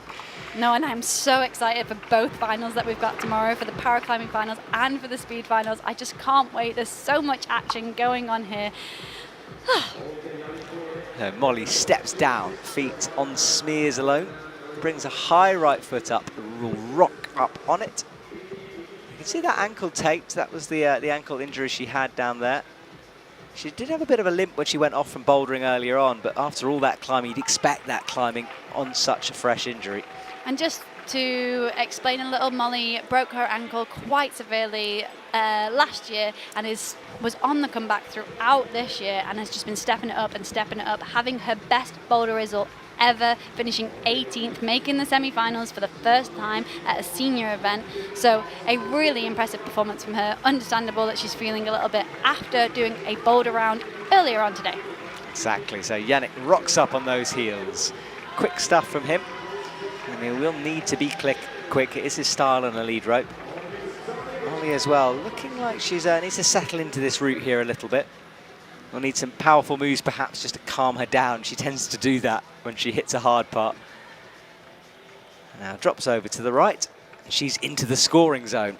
And Yannick coming into the crimps here, he's such a strong climber. We know that he's capable of holding these holds. Hopefully we don't see any mistakes. We see him make the next clip, which we know is the tricky one, in a really good fashion. He'll be looking to get in a good body position, and Molly as well, really moving quickly through this blue section, which we know has spat some climbers off, but she's looking unflustered right now. She is, she's on the underclings. Nice straight arm there in order to rest, makes the clip. Yannick on those nasty flat-ish crimps, and he's approaching the tricky clip. So this is the first moment if you're Yannick Flowy Flan where you might want to get a little bit nervous. Can he get this clip in? Pulls it up with the right hand, reaches through, and he can't get it on the first time of asking. So we can see he had a heel, he's just adjusted that to a toe. Really clever route setting to force that clip from a toe hook. I think maybe we'll see some of the taller climbers able to make it off a heel, but really interesting moves. Yeah, it is, and he's through safely after that adjustment. And Molly eyes up the next scoring zone, a big circle with a 30 in it. And a big shout from the crowd there as well. I think they're responding to the mascot on stage. Yannick up into the head wall now, great work from him. And Molly drops back down, shakes out, Yannick goes. Yannick looking to bump up, so right hand again. Such a powerful way to do that move. Potentially you could cross with the left and make it work that way. A good score on the board for him from lead. We'll see if it's enough. I'm not sure if it will be. He looked like he was tired and pumped though, which is what we want to see. The climbers fighting to the end where possible on these routes. Yeah, Molly as well. Nice and calm through here. She's fighting though too. Everyone is. Muscles standing out on her back as she rotates her feet through. Yeah, Molly, a really, really strong climber. She's really powerful, loves it when the climbs are bouldery, which we are seeing in this route. I think Molly can get really stuck into this. She's got a hard move coming up, a big crossover to the black hold, the black cheetah hold on the big yellow volume, and then approaching the head wall where we know things get spicy. Exactly. So this is a hard series of moves as well. This blocked crimp. She's hit it first time though. Good instincts from her. But she's deciding to move on like Miho did, jumping off that slippery surface. Wow, we're losing a lot of climbers on that move. We know the moves leading up to it are difficult, but climbers maybe not finding the right body position, just showing how Jai and Kim moving through that so smoothly. We almost didn't realize that it was a hard move. So yeah, interesting from Molly. I don't think it's going to be enough for us to see her in that top 8, unfortunately, but we know that these points from this event really count towards that Olympic selection. So she will be making great gains towards the Continentals and also towards the Olympic qualifier series happening next year. It was interesting there looking at that. It was less of a slip and more of a spring, actually. She just kind of got the angle wrong going to the next one. The right foot didn't really move. It didn't. A body positioning error, like not looking comfortable. Then it seems like the last few athletes haven't been able to figure out how to feel good in that space. Both, you could see Miho and both Molly looking around for something. It feels like the climb up to that point, there's always a foot in the right place. Yes, maybe it's not a good foothold, but there is a foot there. So there's this flow happening throughout the climb, and then suddenly it's uncomfortable, it's weird, and it's spitting a lot of our athletes off. It really is. We're starting to understand this route more. Laura Rogora takes off her jumper, and that is a lady who needs an enormous score here this evening. She has to top, really. Fairly low down. Nikolai Uznik again, he also needs to do well here. So 2 athletes under pressure on the stage.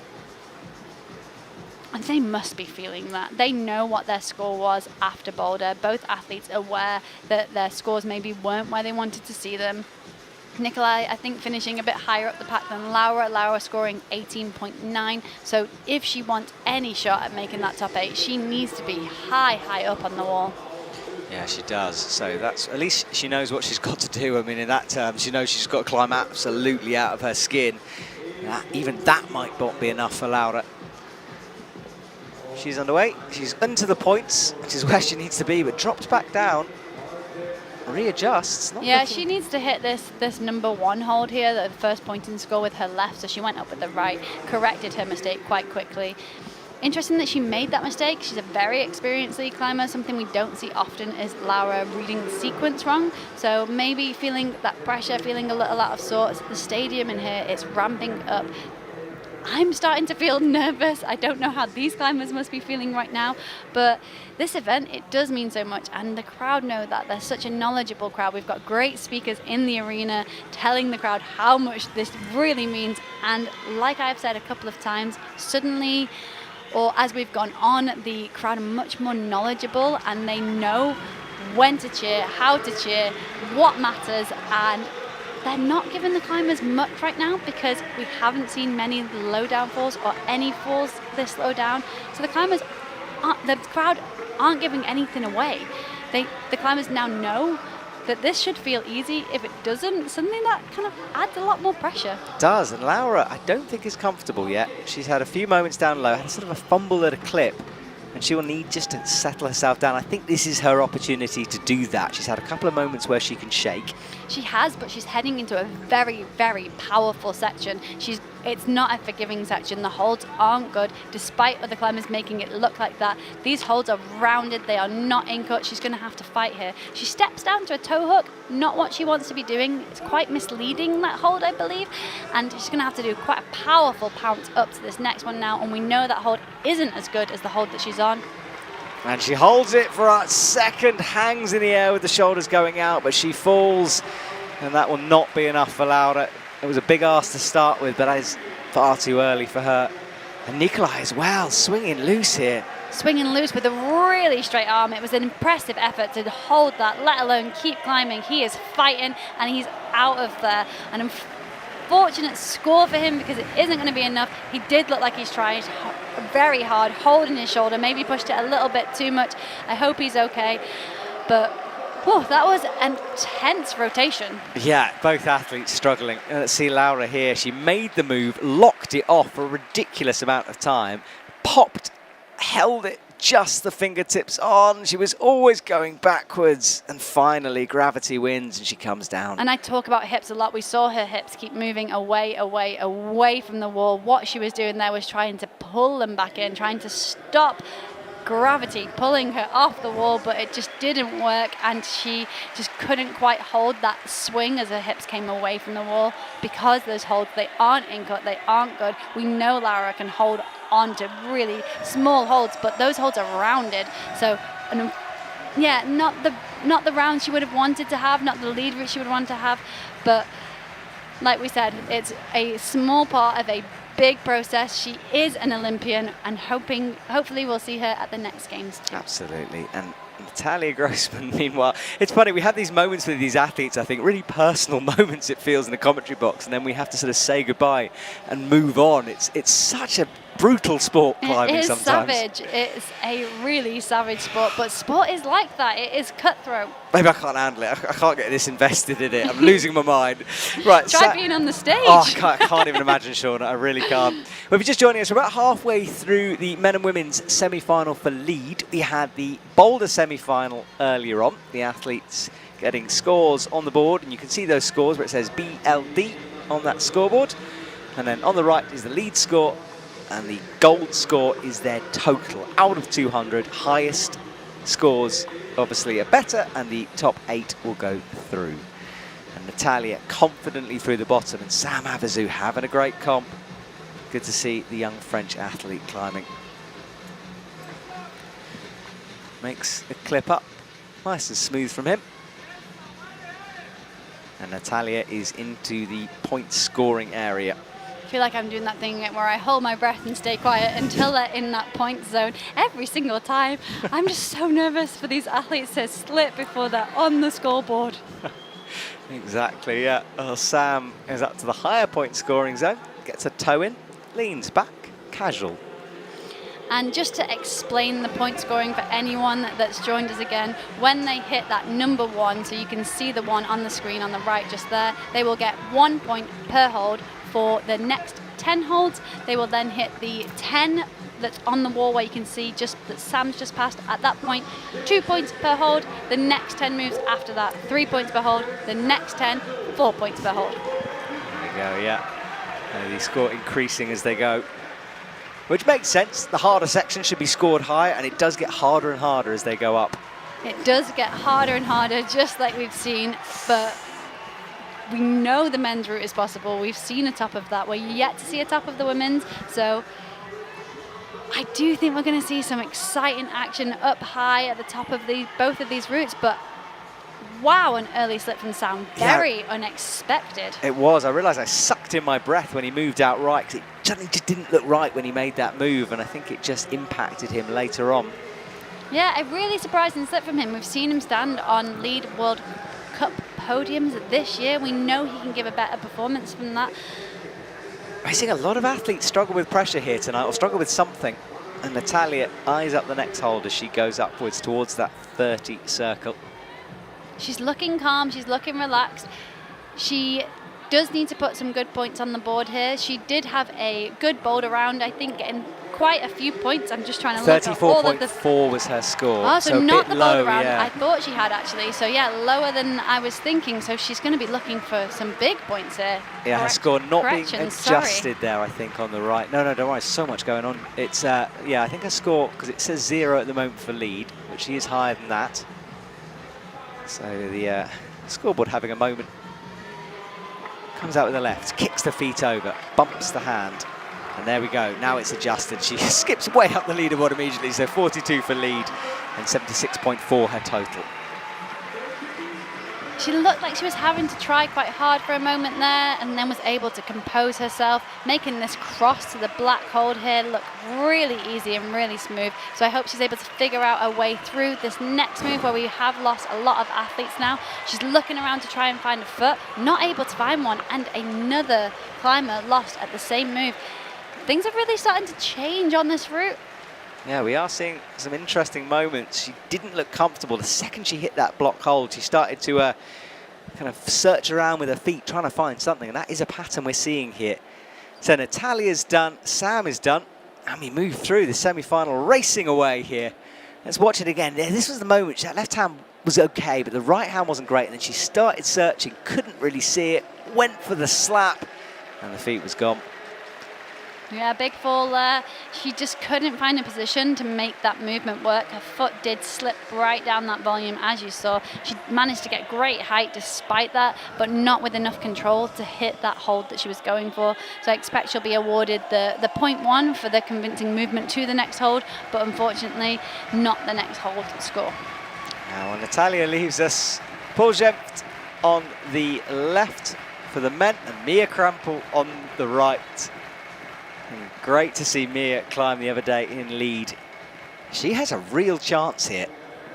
She definitely does, and so does Paul, actually. He had a really good boulder round, scoring 84.3, and he also came 11th in the Boulder World Championships, 6th in the Lead World Championships. This guy is on one at this competition.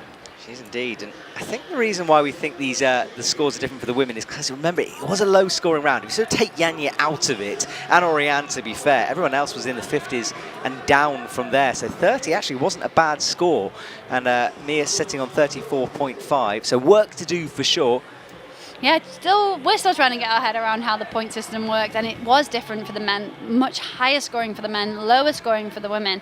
But coming back to Mia, she is an Olympian. She had a really good climb in the World Championships of the Lead finals. She finished 4th just off the podium. She said she felt like she had more to give, so kind of bittersweet. She'll be wanting to show what she's got on this lead route. She'll be wanting to be in that final, so I am excited to watch both of these climbers. It's going to be a really interesting rotation right now. It is indeed. Exciting set of athletes. Paul makes the low clips, and Mia as well, easily through the first section for her. And this strange atmosphere in the stadium continues. This sort of like quite silent audience here as they just lean forward in their seats, eyes glued to the stage. And like I've said multiple times, that often tends to happen as the crowd get more knowledgeable. They know that these moves are doable. We expect the climbers to get through them now. However, in the last rotation, we did see some slips. We know that there's a stopper move on the women's currently. We want to see people get through it. So I think everyone's holding their breath for that women's route. And then as Paul approaches some of the moves where we've lost other climbers, I think we'll start to feel that crowd ramp up. But right now, you could hear a pin drop, it feels like. I know. Deathly silence here. It's exciting stuff. Mia swings her feet over to the right. Paul, unique as always, gets a very high left foot. Now drops it down. He's looking comfortable as he shakes his way across. Good work from Paul. Oh, but that was a bit of a snatch there suddenly. Yeah, hard move, and where we've lost some climbers, so good to see him stick that, but not without some fight. No, and an outrageous splits move once again. High heels for Paul to get that clip in. And he hits scoring point 30. And Mia, look at that. Speaking of high heels, this is a high foot. Wow. Not seen another climber do this. Interesting that she's made that choice. If she can get her hands where her feet are, I expect she'll be able to get a little bit of a rest. But an interesting move from Mia, and potentially costing her quite a bit of energy as well. Yeah, interesting sequence from her. Well, she now turns. She's still got to make the clip, of course, as well. Gets the left foot in, makes the clip. And yeah, we'll wait and see how much that has. It's either a wise decision or not. And I think she's looking a little bit shaky now. She looks like she's trying to get something back. She is currently taking a rest on the intermediate, so clearly not struggling too much. So strong on a lead rope and knows when to rest and when to push, so I hope she's able to kind of compose herself, but suddenly looking a little out of sorts. Yeah, she is, and Paul as well. Big shouldery moves for here. Mia, and Paul falls on the left. Mia continues shaking out, makes the cross through nicely though, but we're approaching that stopper hold. Look how much chalk is on the top of your screen on that black hold. It's been touched a lot by the athletes.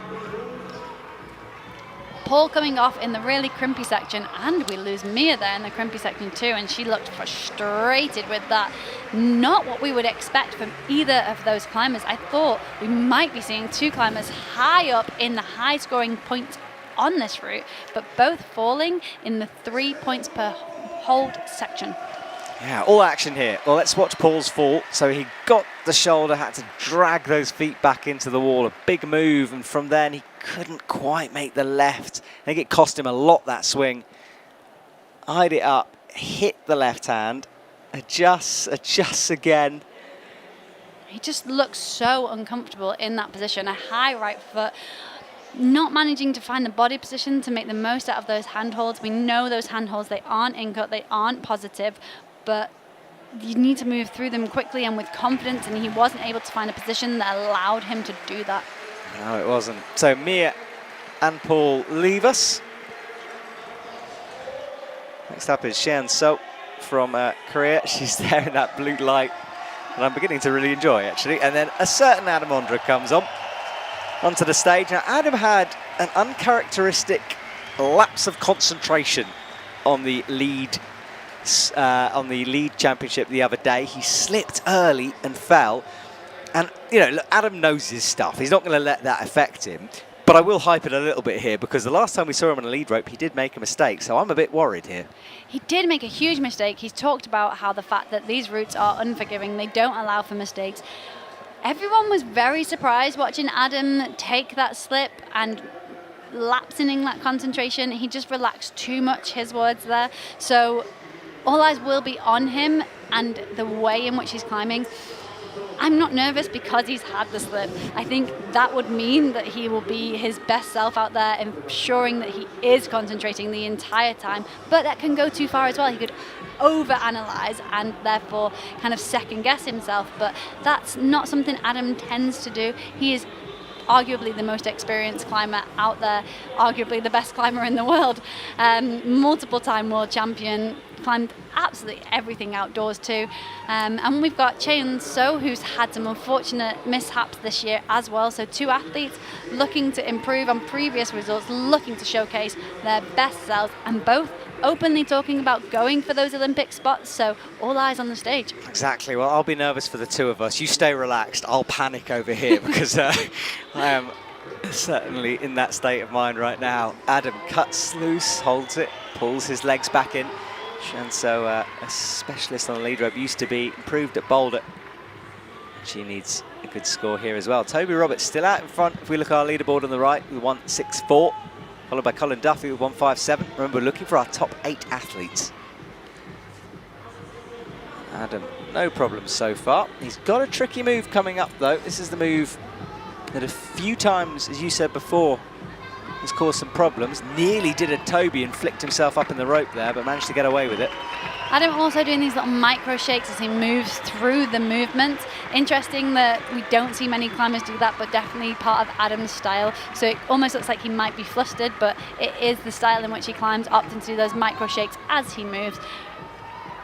Yeah, breathing out. We know about the Adam Ondra screaming that he can sometimes do. Pumps himself up there on the wall. Cheon looking really comfortable at the moment as she rests or shakes out on that right hand undercling. Adam climbing quickly as well. Climbing really quickly, and Cheon climbing really confidently. Yeah, she's looking great. Adam knows he's got to get this clip in quick. Does it. And that crimp, that left hand somehow still staying. Reaches up with the right hand and he's approaching the head wall where the angle changes. And Cheon now into the 3 points per hold section. We've lost a lot of climbers in this section. Cheon still looking very calm. She's climbing with nice straight arms. When the arms of the climbers start to bend, the elbows start to rise, that's a sign that they might be about to fall off. They're getting pumped. And Adam hits the 60. He's into the 4 points per hold section of this route right now. Yeah, and he's up into the business end as well. So he is currently in a finals. Let's see what happens. Bumps up with the left. Cheon cuts loose. We have got a double screen here at the moment, but don't worry, we'll let you know what happens to Adam. There, he is there, pinch with the right hand. He is fighting hard here to stay on. He wants this. He does. He hasn't got that clip in, and a big foot slip with the right. Wow, so he's left a bit further down, and look at her campusing through. What, the crowd enjoyed that. What a moment. Cheon So suddenly ramping it up again.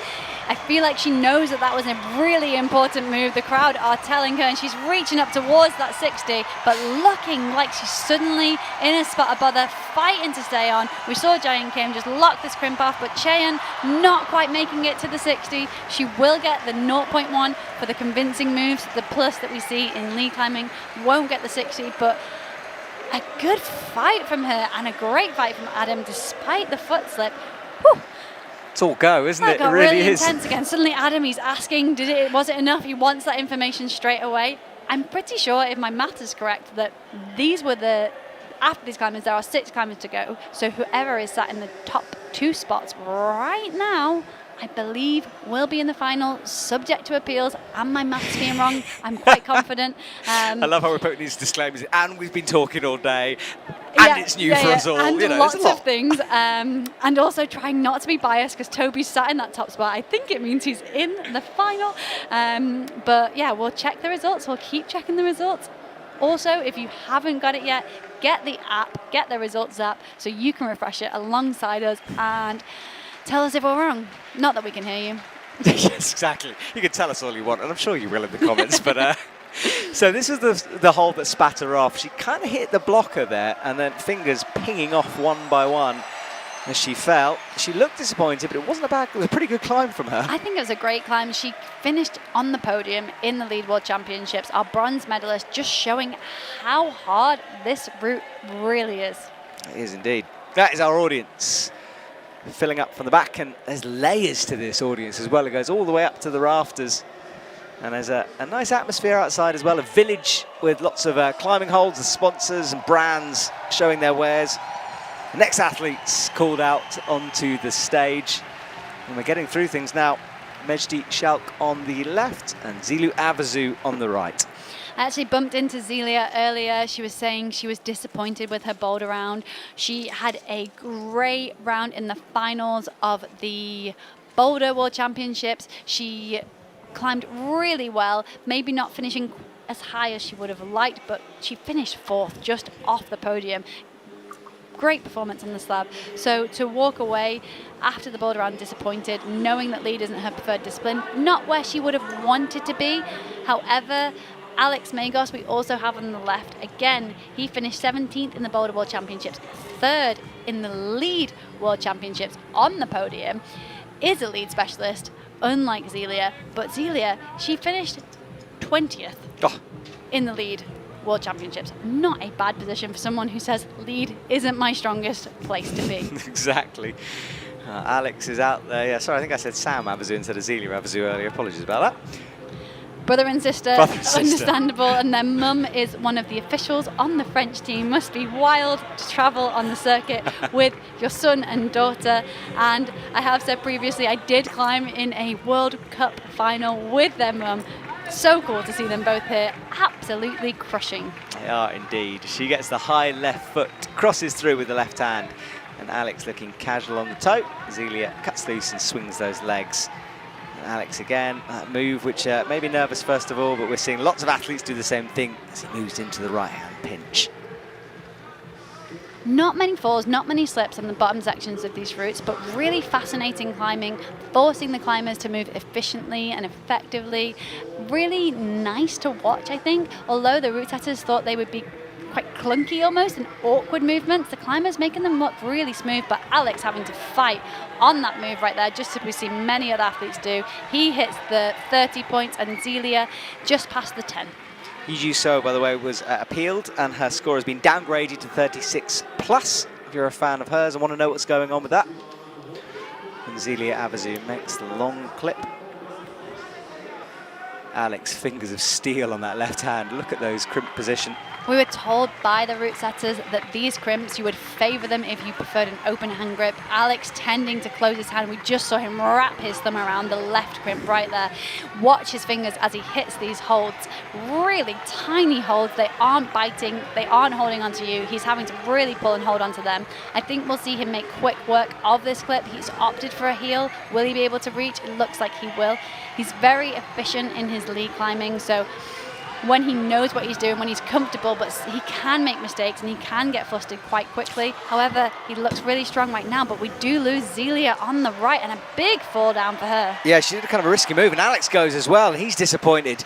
Yeah, Zelia brought her right foot up to match her hand and just didn't look very good, and then Alex, I didn't actually see what happened. I got no idea. I'll watch a replay. Wow. Big surprises from both of them there. Kind of came out of nowhere. I think for the crowd too, it's almost that the crowd were waiting to get behind the athletes when they started to look like they were struggling.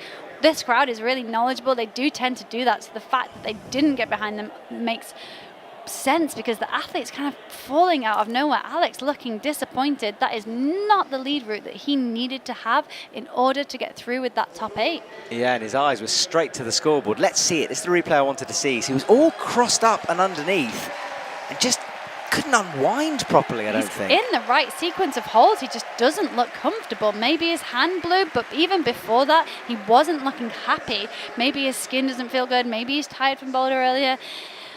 We might never know, but a big surprise for a low, not a low fall. I mean, he was just shy of the head wall, but a low scoring round for him, not what you would expect. No, not at all. All right, our next set, Jessie Pilz comes out for the women. And for the men, Mikael Mauam comes, and Mikael Mauam will get a big reaction.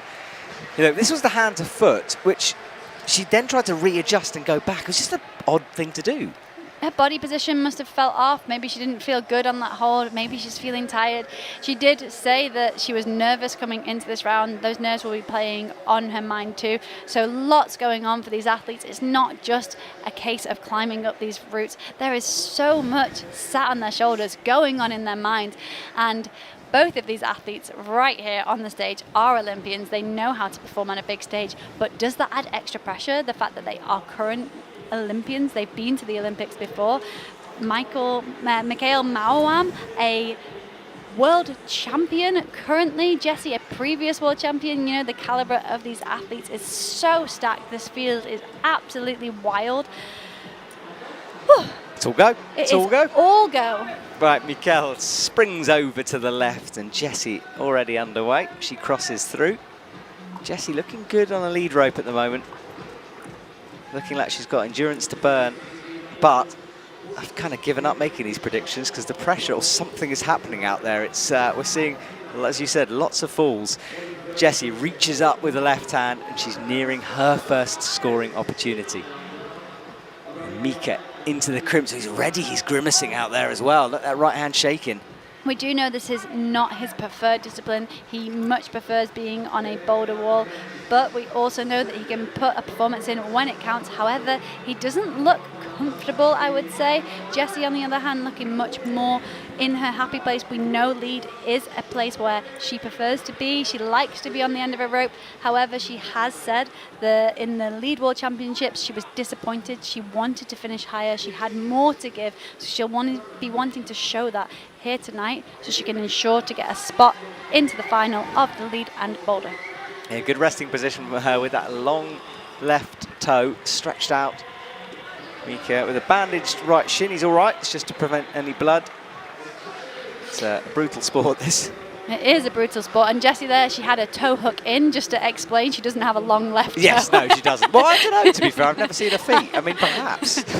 Yeah, so making the most of her heels and her foot placements, so she's able to kind of take as much weight off her arms as possible. Give me the giggle, Shauna, don't do that. Right, Mika gets the high right toe. He's got a long right toe. He's got a long right toe. I mean, you know more than me. You've seen their feet. I'm not sure I have, in all honesty.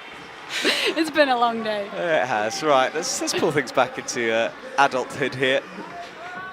Jessie. I have had lots of comments that people appreciate the banter, so I hope you don't mind, Matt. It's absolutely fine by me. Right, Mika is on 30 zone here. And Jessie shaking out well. She's finding a good opportunity to do that. That intermediate is being used a lot as a resting point. Yeah, the women do tend to make, in fact, all the athletes, I was going to say the women do tend to make holds that are unholdable, possible to hold. So do the guys. It is a stacked field. Like we said, we lose Mikael just there.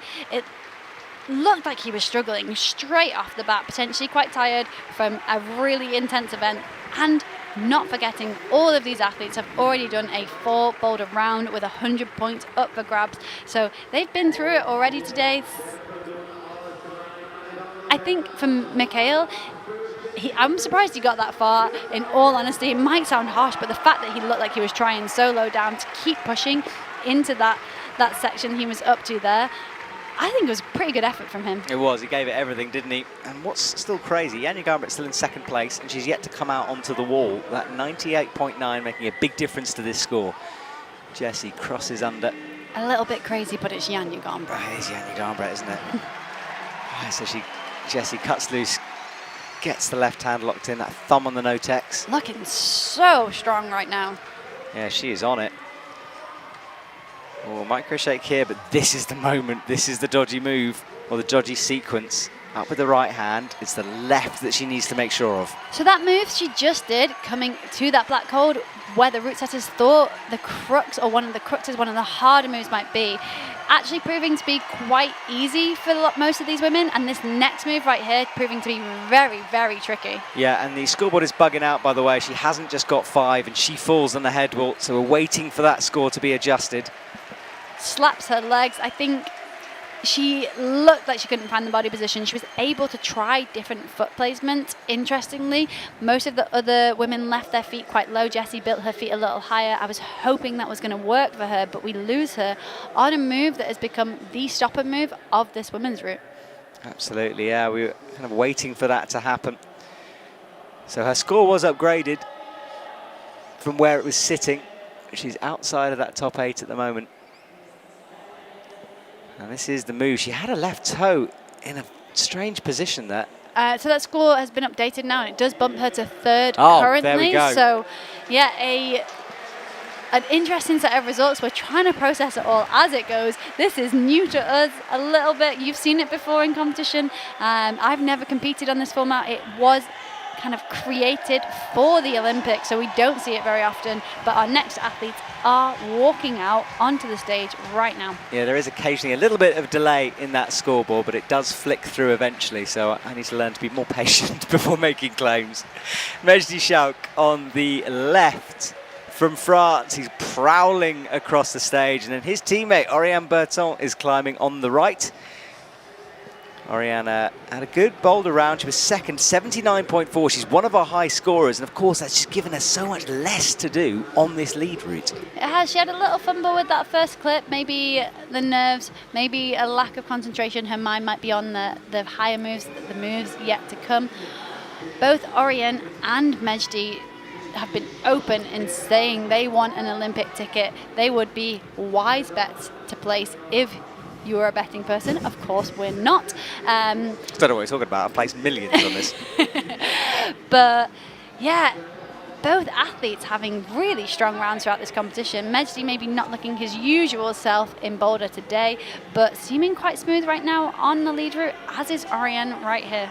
Yeah, and Oriane, expect her to climb fairly quickly here. It's kind of her way through endurance sections sometimes. She's, of course, working on that, but known more as a boulderer. And the same for Mejdi, both preferring bouldering, both having gotten away and worked really hard on lead, and will be wanting to showcase that today. They are definitely wanting a final spot. Yes, everyone is here, but there is a lot of pressure on their shoulders because there's almost an expectation to see both of these athletes in the final. Exactly. Oriane is already up into 7th place. That's what the difference makes. So she's into a finals position currently at 88.4 her total, and bumping up again.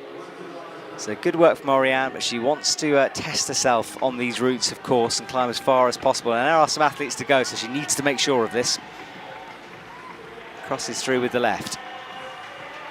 Mejdi as well does a similar kind of move. The two athletes almost in sync there on the wall. And Mejdi drops down to chalk up. Good pacing from both of these athletes, both climbing really confidently. We know this move here is quite feisty on the men's route, but Mejdi looked really chill, I would say, on it. Actually looking smoother than many other athletes and taking time to compose himself before heading to that 30. Both athletes hitting the 30 at the exact same time into the 3 points per hold scoring, ahead of the 4 points per hold scoring that will come in the next 10 holds. And Oriane drops back down there and is resting in a good position, getting something back for sure. Great flexibility you can see as she pulls back up into that hold. She adjusts her hips to stay really efficient in that resting position, but Mejdi suddenly looking like he's having to fight really hard. Yeah, he dropped very low on that right-hand crimp. Eyes up the next one, slaps. He was going, wasn't he? And we'll wait for that score. And Oriane continues as she rotates through. Reaches up, makes the high clip. Mejdi currently bumped up into 6th place. We'll see if that's enough. I'm not sure if it's going to be. We've still got a couple of climbers to go. It might be if we see a climber slip, but we just do not know. Oriane, though, now she's in the business end. This is the tricky moves. And she's way up, though, on the leaderboard into 1st position. So we'll be safe. So good news for Oriane. And still, I said she'd be climbing quick. Endurance wasn't her thing. She's looking good here, resting. But this move is a dangerous one in terms of risk to fall. She is looking good. The fact that she's able to have a chill here where so many other athletes have struggled, take time to compose herself. It'd be great to see her stick this move, but she is having to fight now. She's setting up for the movement. Oh, fingertips on it. Tips on the hold, but we do not see her get it. However, she's currently in first position. That will be a final spot for her. There we go. Job done from Oriane. She's shaking out that left hand. She's very expressive on the stage. Waves goodbye to the crowd. Oriane's work is done for today, and it was a good day's work for her. Yeah, this is where I thought she might have got a little bit more back, but it's a hard move. And you can see she slapped up, it's blocked, just the fingers on it, which wasn't enough. And down Oriane comes. Gets the rope undone. There's a big smile on her face. She keeps looking up, fist bumps the B-layer. And the crowd celebrate Oriane's success with her. Only a couple of athletes to go now, Shauna. There is. I've just been trying to do some maths while I went quite quiet there. I'm trying to work out if athletes can bump other athletes out. Are the top five athletes should now be guaranteed a spot in finals with 3 athletes to go in the men, 3 in the women. So I've just been looking at whether or not that 6th spot is safe. Mejdi in 6th. Matt having a little laugh at me here. I've got all my paper around me. I look like I'm in school. I am fully geeking out on numbers here. Sorry if you hear me go quiet every now and then. Mejdi is a fellow Adidas athlete. I've seen him in the Adidas Terex Hub that we've mentioned. I would love to see him in that final, so I've been trying to work out if that's going to happen or not. And looking at what's happening in the women's, there's just so much going on. I love this point system, but wow, my brain hurts. I don't think you've told us who's in it now. Have you worked out, is Mejdi through? I don't think so just yet. Okay, that's right. No, we've got 3 climbers left to go, so it is all down to what these 3 climbers do on the wall. Okay, well, Do-Hyun Lee is on the left, Brooke Rabatu on the right from the USA. Keep an eye on that scoreboard as well. That will change as we go. Do-Hyun through the first couple of clips quickly, and Brooke as well. Nice and sure of those first feet moves. Got to be a little bit careful down low, especially with this pressure we keep talking about. It's mounting. You can feel it in the stadium. Suddenly, after that rotation, it feels again like it stepped up. I think almost the crowd know that there's only 3 climbers left to go.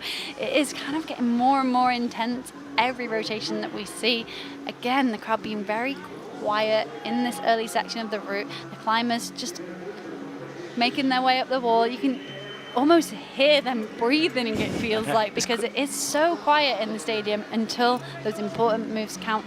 Again, the crowd do give so much away to the climbers if they're taking that in. Some of them are just so absorbed in what they're doing, in the movement. Brooke being one of those. She loves finding that flow state. She talked about it quite a lot. It's beautiful to watch, as is Do-Hyun Lee when he gets into that state too. So yeah, 2 climbers that we really want to see perform as best as they possibly can on this lead wall today. Yeah, Brooke reaches the clip between her legs. Awkward there to get it in. She does have a little fumble, but there it is. She rests and shake out. Do-Hyun as well. Drops down. Brooke Rabatu read the route with quite a few people I was watching during the observation period, moving between different athletes, getting as much information as possible. Yeah, Brooke, our bronze medalist from the Boulder round of the World Championships. Oriane, silver medalist.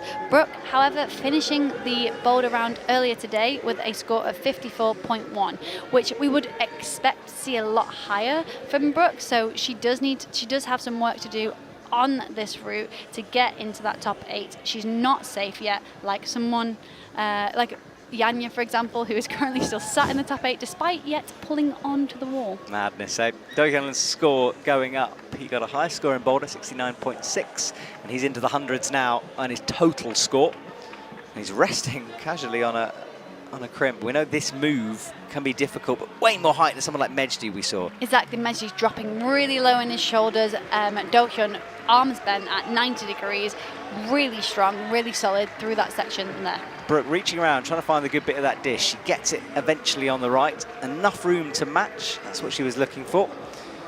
Do-hyun with the heel in, which can be awkward, sees if he's got the reach and wants to change his hands here, which was a bit risky, and he's going back as well, so back and forth for him. Struggling on this clip, and definitely not where he wants to slip, because he's currently on 120 points combined, and if he can get above 125.9, he will be in the final. So he needed to get that clip. These next few moves are vital. He doesn't know that, we do. It's intense to watch this. Yeah, no, it's killing me that we know and he doesn't. So Brooke stretches out to the left. Do-hyun approaches the head wall. And we know what this next sequence means for Brooke Rabatu. She's scrunched up underneath, shakes out that left hand. It is, and we see Do-hyun hitting that hold. He bumps into 5th spot. I'm fairly certain that will be a final spot unless appeals happen. Brooke is also up into 3rd position. She's now on 105.1 points, so a finals position for her too. And look how high her foot was there appeals as well. Yeah, sorry, I was interrupting you, but look how high her foot was. She got a good position compared to the others.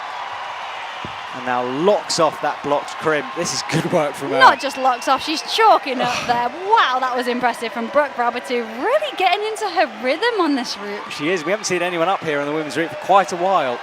So let's see what happens. Drops that right leg down. Shakes out again. Approaching the high point, up into 2nd position. So yeah, she's safe.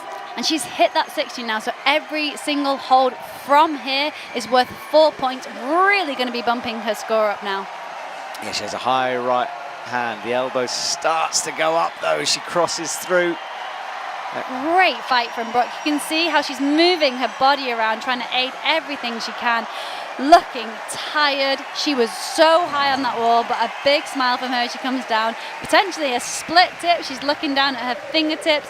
What can happen sometimes is a climber can wear through their fingertips and actually go through their skin to blood, but just shows how brutal this sport is and how hard Brooke was fighting up on these moves. Look at that try-hard face. Yeah, she gave it everything. She will have time to heal that skin. She's got a day, so give her a day. But yeah, she popped to the right, hit, missed. Not quite far enough, but what a fight from Brooke Rabatu. Yeah, and puts her into 2nd position with a total point of 122.1. There we go, that's her score. We've got 2 athletes to go for the men and women, as in 2 each. Next athlete will be Mori and Jakob Schubert, and Jakob is another one with a lot to do. Didn't have, and by his own words on Instagram, did not have the best of rounds. Anyway, we'll stick with Do-hyun as we see this move. He bumped up with the right, couldn't hold the pinch, and that was the moment he felt. All right, here we go then. Mori and Jakob Schubert comes out. Jakob needs something massive here if he wants to make it through. And is it even possible for him to make it through? He was down. I'm trying to do the maths. I'm sorry. here. I didn't ask you that question. Don't worry. Trying. He was 44.8. So yes, he can make it. Okay, so he has an opportunity still for Jakob. He needs to get high. I don't know how high, but he needs to get high. I'm pretty sure we need to see him definitely in the 3 points, potentially way high up in those 3 points. If he can get into those 4 points, I hope that's enough, but he needs a really, really impressive performance right now, and he's the current lead world champion. If anyone can perform under pressure, it's this guy. So let's watch what he can do. On the other hand, I'm going to look at the results now, see what she needs to do, see if it's still possible. I believe it will be for her to get through. She scored 44.9 in the Boulder round. So if she can get high up, again, she definitely can make it. Both of these athletes, really impressive on a lead wall. So wow, this suddenly got intense, and it's really nice to start to get to grips with those scores, how this point system is working. It all starts to become a lot clearer, and there are currently a few athletes in the hot seat. So in the women's, we've yet to see Janja Garnbret climb. That is our only athlete after this, but she's currently sat in that top 8. So only Mori can bump Natalia Grossman down, which I think means Jaehyun Kim is in the final of the lead in Boulder. I'm a little biased to Jaehyun, as she's the only mum in the competition. As a mum myself, that is really cool. And very cool indeed. Now Jakob, though, has work to do, as we know. He needs to get high. Mori cuts loose down low. A big move from her. She crosses through now. She'll be wanting to just find sections where she can use her endurance. Brilliant high left heel there for her to make that clip. Pretty unique there. Jakob solid on that big right-hand pinch. We've seen a few people struggle. Jakob does not, but he's moving into this move where you need to go high onto the crimps after this clip. He is, and his score will be updated. He'll start moving up through the leaderboard, but he's got a lot of climbing ahead of him if he wants to be in that top 8. There are 2 athletes in the hot seat right now who may get knocked out of that final.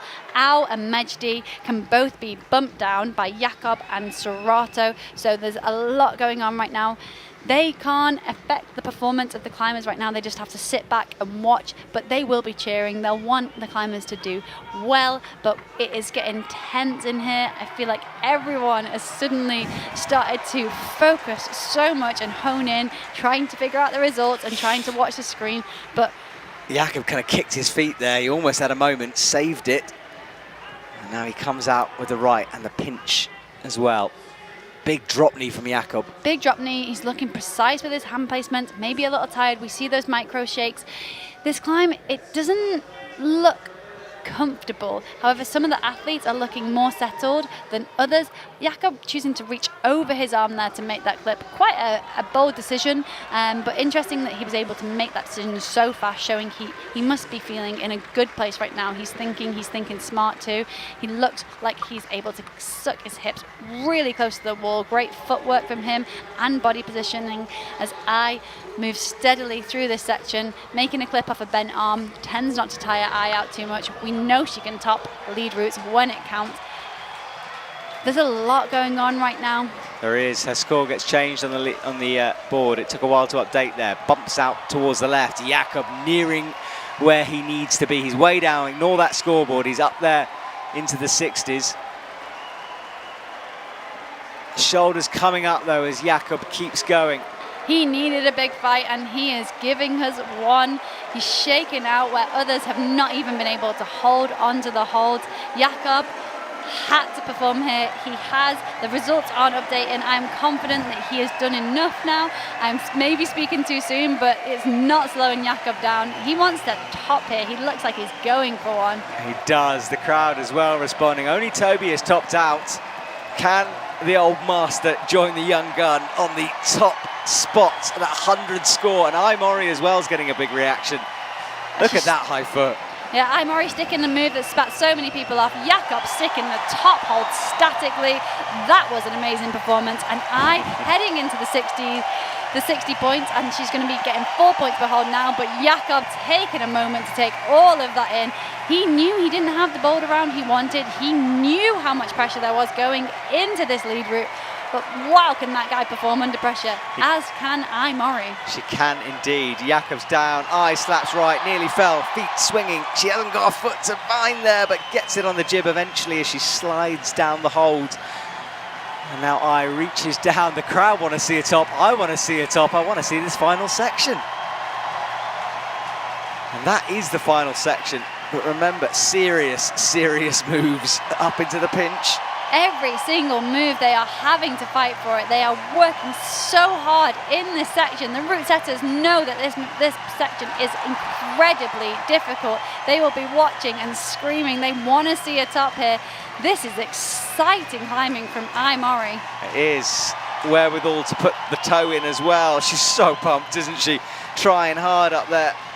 That left pinky under, she takes the fall, the ride back down, but Imori is easily in that top 8. She is, as she should be. What a climb from her. She just missed that last move. She looked tired. She was extended on the toe hook. A very powerful move, not something she tends to prefer. Didn't slow her down at all throughout that entire climb, climbing really efficiently all the way, almost getting the 100 points, but not quite. But like you said, easily enough to see her into the finals of lead and boulder. Awesome. Well, just like that, we're on our final athlete in a minute. We'll see the replays first of all. So I got the pinch in, brought the right foot up.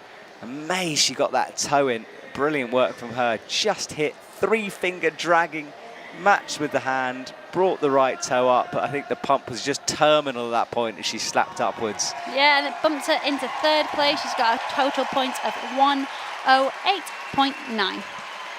So good work from Imori. Jakob jumping into 4th place with a total of 144.8. There we go. Well, just Janja Garnbret to go. and she's already in the final. She's currently sitting in 5th place. She'd like to top out, and Sarato Anraku, he's out for Japan. Our final athletes, wow, what a lead round this has been. So much drama, really great routes to watch, challenging the athletes in so many different ways, really distinct sections. A great display of lead climbing. Janja just shading the light from her eyes so she can top out, so she can check out the top, which is where she wants to be. Absolutely. Well, Sarato gets going quickly on the left, and Janja will want to do her best here, and she won't know that she's in the final already, of course, and I doubt she'd expect that to be the case either. I don't know. Maybe. It's Janja Gambit. It is. All right, Sarato gets going, cruising through the bottom. And you got 84.9 for the boulder. So it doesn't need to do that much on here, but of course needs to make sure. And again, just to mention, a lot of people asking questions, is Janja okay after the boulder round? We saw her take a big whip, a really harsh fall, and then she was grabbing her head and kind of not looking her usual self on the next boulders. I bumped into her in the athlete hub. She was getting some treatment, just usual treatment, because she said she felt absolutely fine. She was really looking forward to the lead round. She said she climbed a little bit dumb on the final boulder. Her words, not mine. I would never call this lady dumb. She also said she loved the boulders in the semi-final round that we saw earlier of the boulder section of this event. She was really psyched about them. I think she enjoyed how hard they were. It was a high scoring round for her, but a low scoring round for a lot of the other women. However, she will be wanting those 100 points. If anyone can put a 200 points on the board, you would put money on it being Janja Gambit. She didn't do it in boulder, but she could get those 100 in lead, and she's already in the final, so we've got another round to see her climb, and we'd all love to see it. We would indeed. Sarato Anraku reaches up into the top dish. His score still needs to be updated. He's into the 10s for sure. And Janja, slow and steady down low, just climbing herself into this route. Yeah, we saw her look a little bit flustered maybe after a few slips in the Lead World Championships final. She did finish second. Despite topping the route, she finished second on countback, posting on social that what more could she do. She topped the route and she said it was Murray's day. Was really pleased for her. Great to see. I think she'll know that I got high but didn't top by the reaction of the crowd. She's so experienced now. Whereas Sarato, on the other hand, 16 years old, climbs like an experienced climber but doesn't have the breadth of knowledge and understanding of being in a World Cup, being in a World Championships, it being his first senior World Championships ever. Not that you would know from how he's been climbing. He's had such a good round. We've seen some insane climbing from him. So 2 climbers definitely looking very strong on the way to the Olympics. However, Sarato having to do a lot more than Janja to make it into that top 8, because Janja was already in there. Yeah, and he had a clever toe when he made that jump up to the crimp. He's got a heel in, which we know is maybe an awkward way to do it, but he makes it work. And Sarato, always cool and calm as he approaches the head wall already on this route. And Janja is approaching the move as well. She's just underneath it. You can see all the chalk up there. So Sarato looking very calm, looking very casual. Results not updating just yet. He did finish the boulder round with 88.9. I would guess he's already done enough to be in that top 8. We will see when the results update. But an unfortunate situation for Mejdi, just probably missing out. But Sarato looking calm and collected as he heads up in these 4 points per hold section of the route. And Janja making that move look like a piece of cake, really. Yeah, she's got through the difficult part over the head wall, and now she reaches down low, but it's savage from here on, so Janja will need to get something back if she wants to top out. Fiddling with that low clip, it's in an awkward position. Slippy feet as well, but look at Sarato, can't find his chalk bag, gets it in now, shakes out that right hand. So both athletes on the head wall, I haven't seen this at all. We haven't. This is really exciting stuff. The crowd loving it. Sarato looking really calm. Janja too. Yeah, Sarato towards that 100-point score from him. He's nearly there. Such great flexibility from him, stepping that foot up really high in a great position to pounce for that top hold. He is happy with that. that is a final spot for him, subject to any appeals, which I doubt there will be. I didn't see him struggle there on that route. That was a good climb from Serato. He looked solid throughout. He looked solid throughout. He looked calm. He looked composed. He didn't seem to struggle at any point. I wonder if he's even pumped. I don't think he is, and the score was upgraded there. We saw him jump to the top spot, so he will move into the finals in the number 1 position. Janja crimping hard, pops the foot though on the Jiltex. She comes down. I don't think she'll care too much. She's up there on the top spot, 178, way out in front. You say that she won't care too much. I've seen Janja after rounds where she's not top. Look at her, she looks frustrated. Yes, she's going to be in that top spot, but this woman, she wants to climb everything she gets. She gives a wave to the crowd. She's always gives so much to the crowd, but I do wonder if she might be a little bit disappointed because yeah, she looks it, doesn't she? I just want to have a word. I want to be like, hey, Janja, you're in the finals. Look, she's looking at the score, and now she realises there's a bit of a smile on her face. And yeah, maybe, I know what you mean in terms of that disappointment. I think what I'm talking about is she's through. Oh, of and it's course, all good. Yeah, and I'm definitely not saying she's not happy to be through by any stretch of the imagination, but I do think she wants to get to the top of every climb that she's put in front of. And it is fascinating to think about the fact that there might be some disappointment because she didn't top the route, but she's still in that top spot. We get to see her climb again. Everyone in here, everyone at home wants to see Janja in that final, so good to know she's in that top spot. And our final athletes of the round both finishing in the top spot too. Right, well, we'll wait for the scores. We'll show them to you in a sec before we say goodbye. And we'll wait for those to come through. We can have a look at our top 8 in a minute. Let's have a look at these results then, shall we? Starting off with the men's, Serato and Raku, Toby Roberts, Colin Duffy, Tomoa Narasaki, Jakob Schubert, Adam Ondra, Do-Hyun Lee, Paul Gemft. What a final. We have Mejdi Schauk just pushed out. You couldn't have done much more. Well, if you'd gone a little bit higher on lead. And then we carry on down the list. Unlucky to those athletes, but as Sean has been saying, this is a point-scoring opportunity for them. They will have other opportunities. But in terms of our top 8, they are locked in, barring appeal, of course. We'll wait and see. Well, we didn't really see anything, and I haven't had anything come through on my appeal system, so I'm not sure that there's any waiting for us. And then we'll wait to see the women's results. Let's look at our top 8. Janja Garnbret leads the way. Ai Mori, Oriane Berton, Brooke Rabatu, Miho Nanaka, Jessie Piltz, Annie Sanders. Good work from her. And you said it, Jane Kim, the mum of the competition. Literally, she's at the end. Right, Shauna, we've got to say goodbye because it's been a long competition. But tomorrow, more action from Para and Speed. Looking forward to that. I'm so looking forward to that. I'm still processing what we've just been through. Wow, what a competition this has been. The semi-finals of Lead and Boulder. So much action and some surprising results, some upsets, some great climbing, and we have more of that tomorrow. Can't wait for para climbing, can't wait for speed climbing. All go. All right, well, Shauna Coxey, thank you so much. We will be back tomorrow for more action. Have a lovely evening, everyone. Goodbye. Thank you.